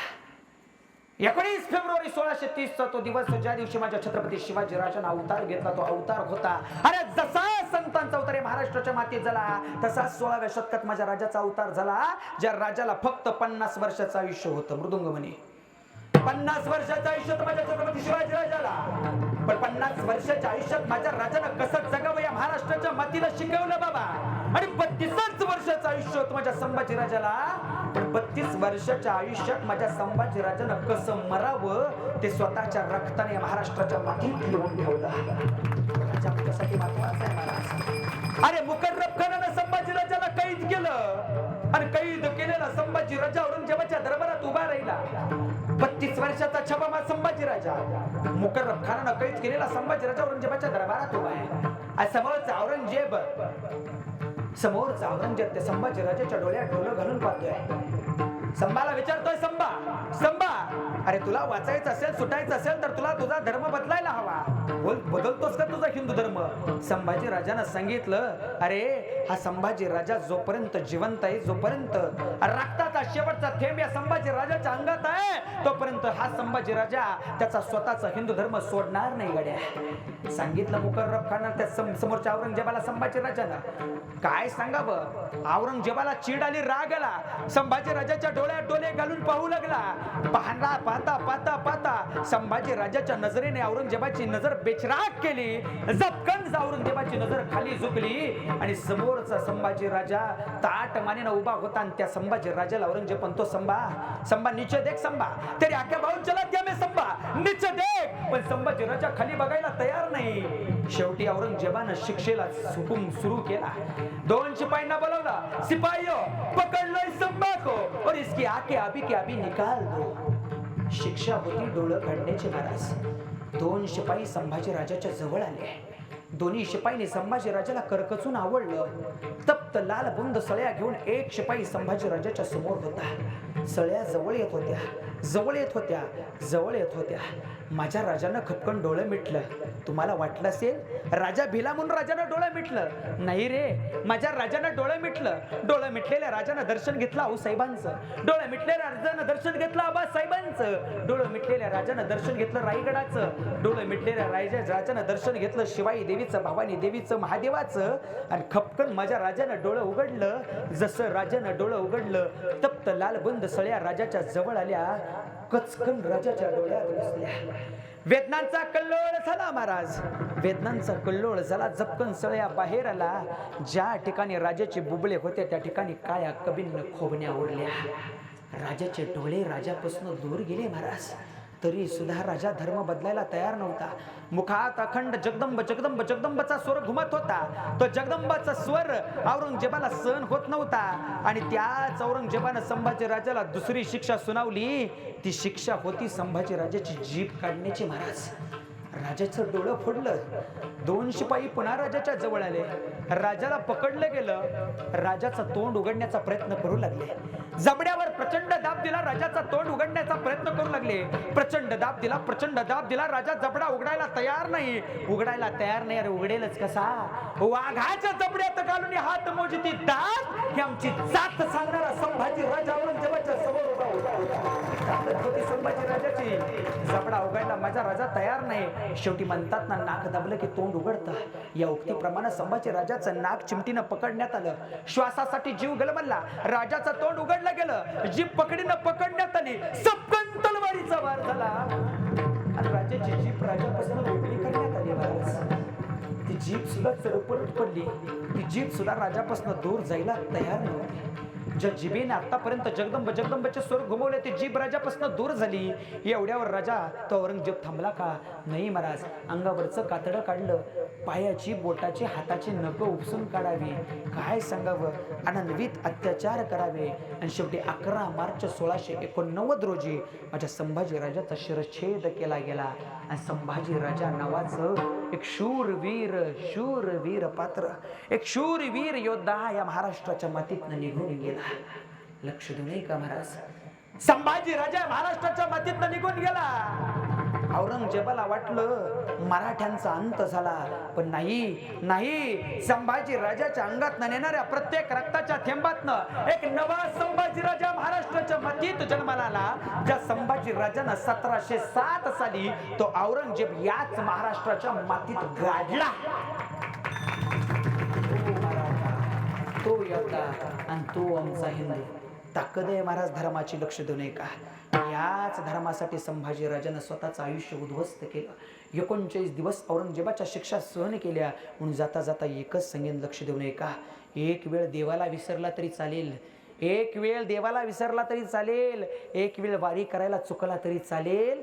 एक वेळ देवाला विसरला तरी चालेल. एक वेळ वारी करायला चुकला तरी चालेल. पण बाबा, अरे तो देव मंदिरातला आणि देवाची वारी ज्यांच्यामुळं जिवंत आहे त्या छत्रपती संभाजीराजाला आणि छत्रपती शिवाजीराजाला कधीच विसरू नका.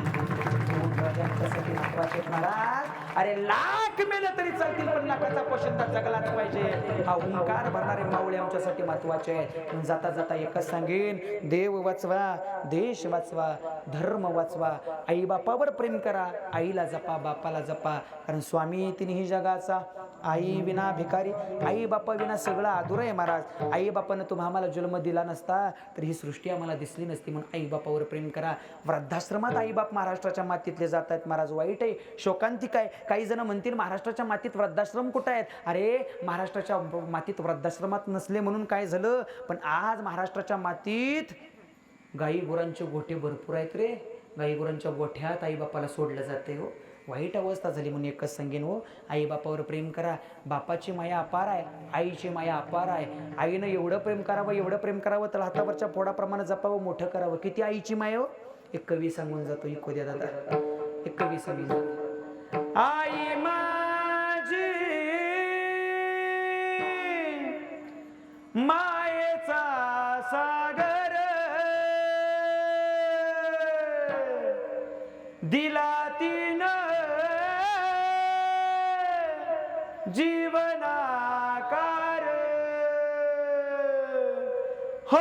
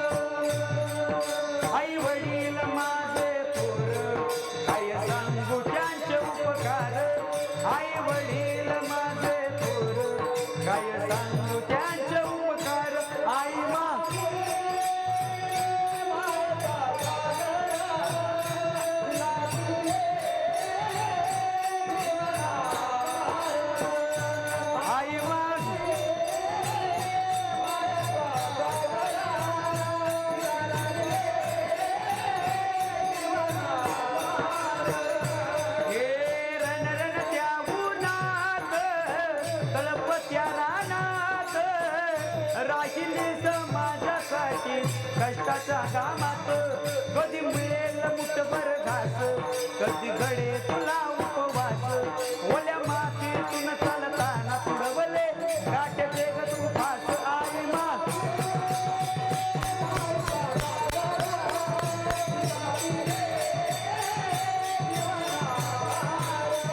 आई माझे मायका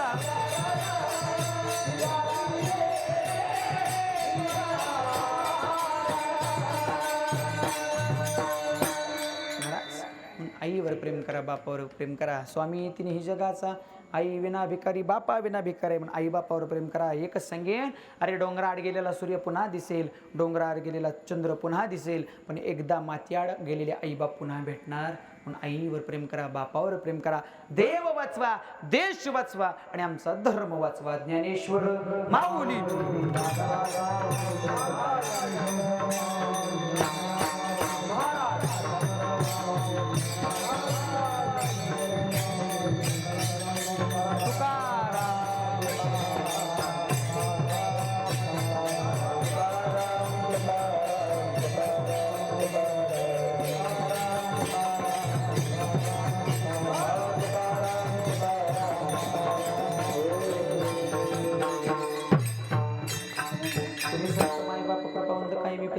अवतार तुम्हा धराय कारण उधराय जनजिड जीव वाढावया सुख भक्ती भाव धर्म कुळाचार नाम विठोबाचे तुका म्हणे गुणचंदनाच्या अंगी तैसे तुम्ही जगी संत जन अवतार तुम्हा धराया कारण उधराया जन जड जीव. प्रस्तुत अभंग जगद्गुरु तुकोबा यांचा होता, संतपर प्रकरणातला होता. तुकोबा अभंगाच्या माध्यमातून संतांची ओळख सांगतात. जसा संतांचा अवतार आहे तसा माझ्या छत्रपती शिवाजी राजाचा धर्मवीर छत्रपती संभाजी राजाचा अवतार आहे. बस महाराज झालेली कीर्तनरूपी सेवा पांडुरंग परमात्म्याच्या चरणी समर्पित करतो. झालेली कीर्तनरूपी सेवा माझ्या आईवडिलांच्या चरणी समर्पित करतो. झालेली कीर्तनरूपी सेवा ज्योतिबा राजाच्या चरणी समर्पित करतो. झालेली कीर्तनरूपी सेवा माझ्या गुरुवर हरिभक्तीपारायण सातारा भूषण आझाद महाराज गुजर यांच्या चरणी समर्पित करतो. तद पद्धतीनं झालेली कीर्तनरूपी सेवा माझ्या गुरुवर हरिभक्तीपारायण अरुण महाराज अडसूळ यांच्याही चरणी समर्पित करतो. तद पद्धतीनं ज्यांच्या माध्यमात इथे येण्याचा योग आला ते या गावचं गोड भूषण गोड कीर्तनकार हरिभक्तीपारायण अमित महाराज असतील. तद पद्धतीने तुम्ही सकल संत सज्जन मायबाप मंडळ सर्वांच्या माध्यमात इथे येण्याचा योग आला. आमचे दत्तात्रय फौजी या ठिकाणी आहेत महाराज. मगाशी एक गोड गोष्ट त्यांच्याविषयी समजली. महाराज या सप्त्यासाठी जे 7 दिवसाची सुट्टी फौजीतनं काढून या ठिकाणी सप्त्याला येत आहेत. हा साधा सुद्धा परमार्थ नाही महाराज. एक लक्ष देऊन ऐकू. हे त्या ठिकाणी सीमेवर भारताचं रक्षण करणं आणि ते रक्षण करता करता आपल्या माणसांची काळजी घेणं ही साधी सोपी गोष्ट नाही महाराज. आणि ते ज्यांच्या माध्यमातून देशसेवेचं कार्य होते असं गोड व्यक्तिमत्व आमच्या हरिभक्तीपारायण दत्तात्रय दादा. आनंद वाटावा, भगवान परमात्म्यानं तुम्हाला उदंड आयुष्य द्यावं एवढी भगवान परमात्म्याच्या चरणी प्रार्थना करतो. हां, कारण एक सांगू, भारत खूप मोठा ताकदवान देश आहे हो. जहा जाल डाल पर सोने की चिड़िया करती है बसेरा, ओ भारत देश है मेरा, ओ भारत देश है मेरा.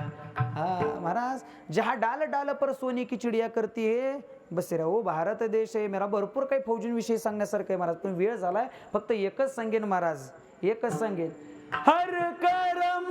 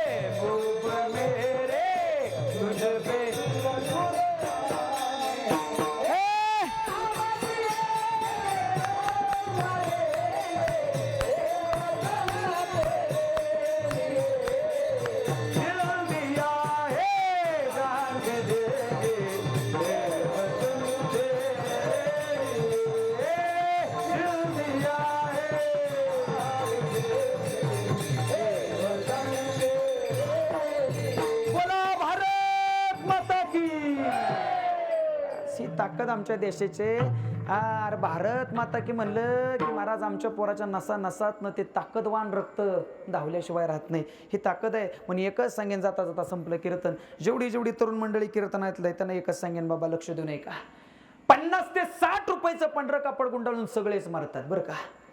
मरताना 50 ते 60 रुपयाचं पांढरं कापड गुंडाळून सगळेच मरतात. अरे पण लाख मोलाचा तिरंगा लपेटून मरणं काहीच जणांच्या भाग्यात असतं. ते भाग्य प्राप्त करा, तुमच्या आयुष्याचा उद्धार झाल्याशिवाय राहणार नाही. अरे 10 रुपयाची गुटख्याची पुडी खाऊन तोंड लाल करून ही पवित्र मायभूमी लाल करण्यापेक्षा 10 रुपयाची गुटख्याची पुडी खाऊन तोंड लाल करून ही पवित्र भूमी लाल करण्यापेक्षा अरे भारताच्या सैन्यात सहभागी व्हा आणि स्वतःच्या रक्ताने ही मायभूमी लाल करा. आयुष्याचा उद्धार झाल्याशिवाय राहणार नाही. विठ्ठल जय जय विठ्ठल.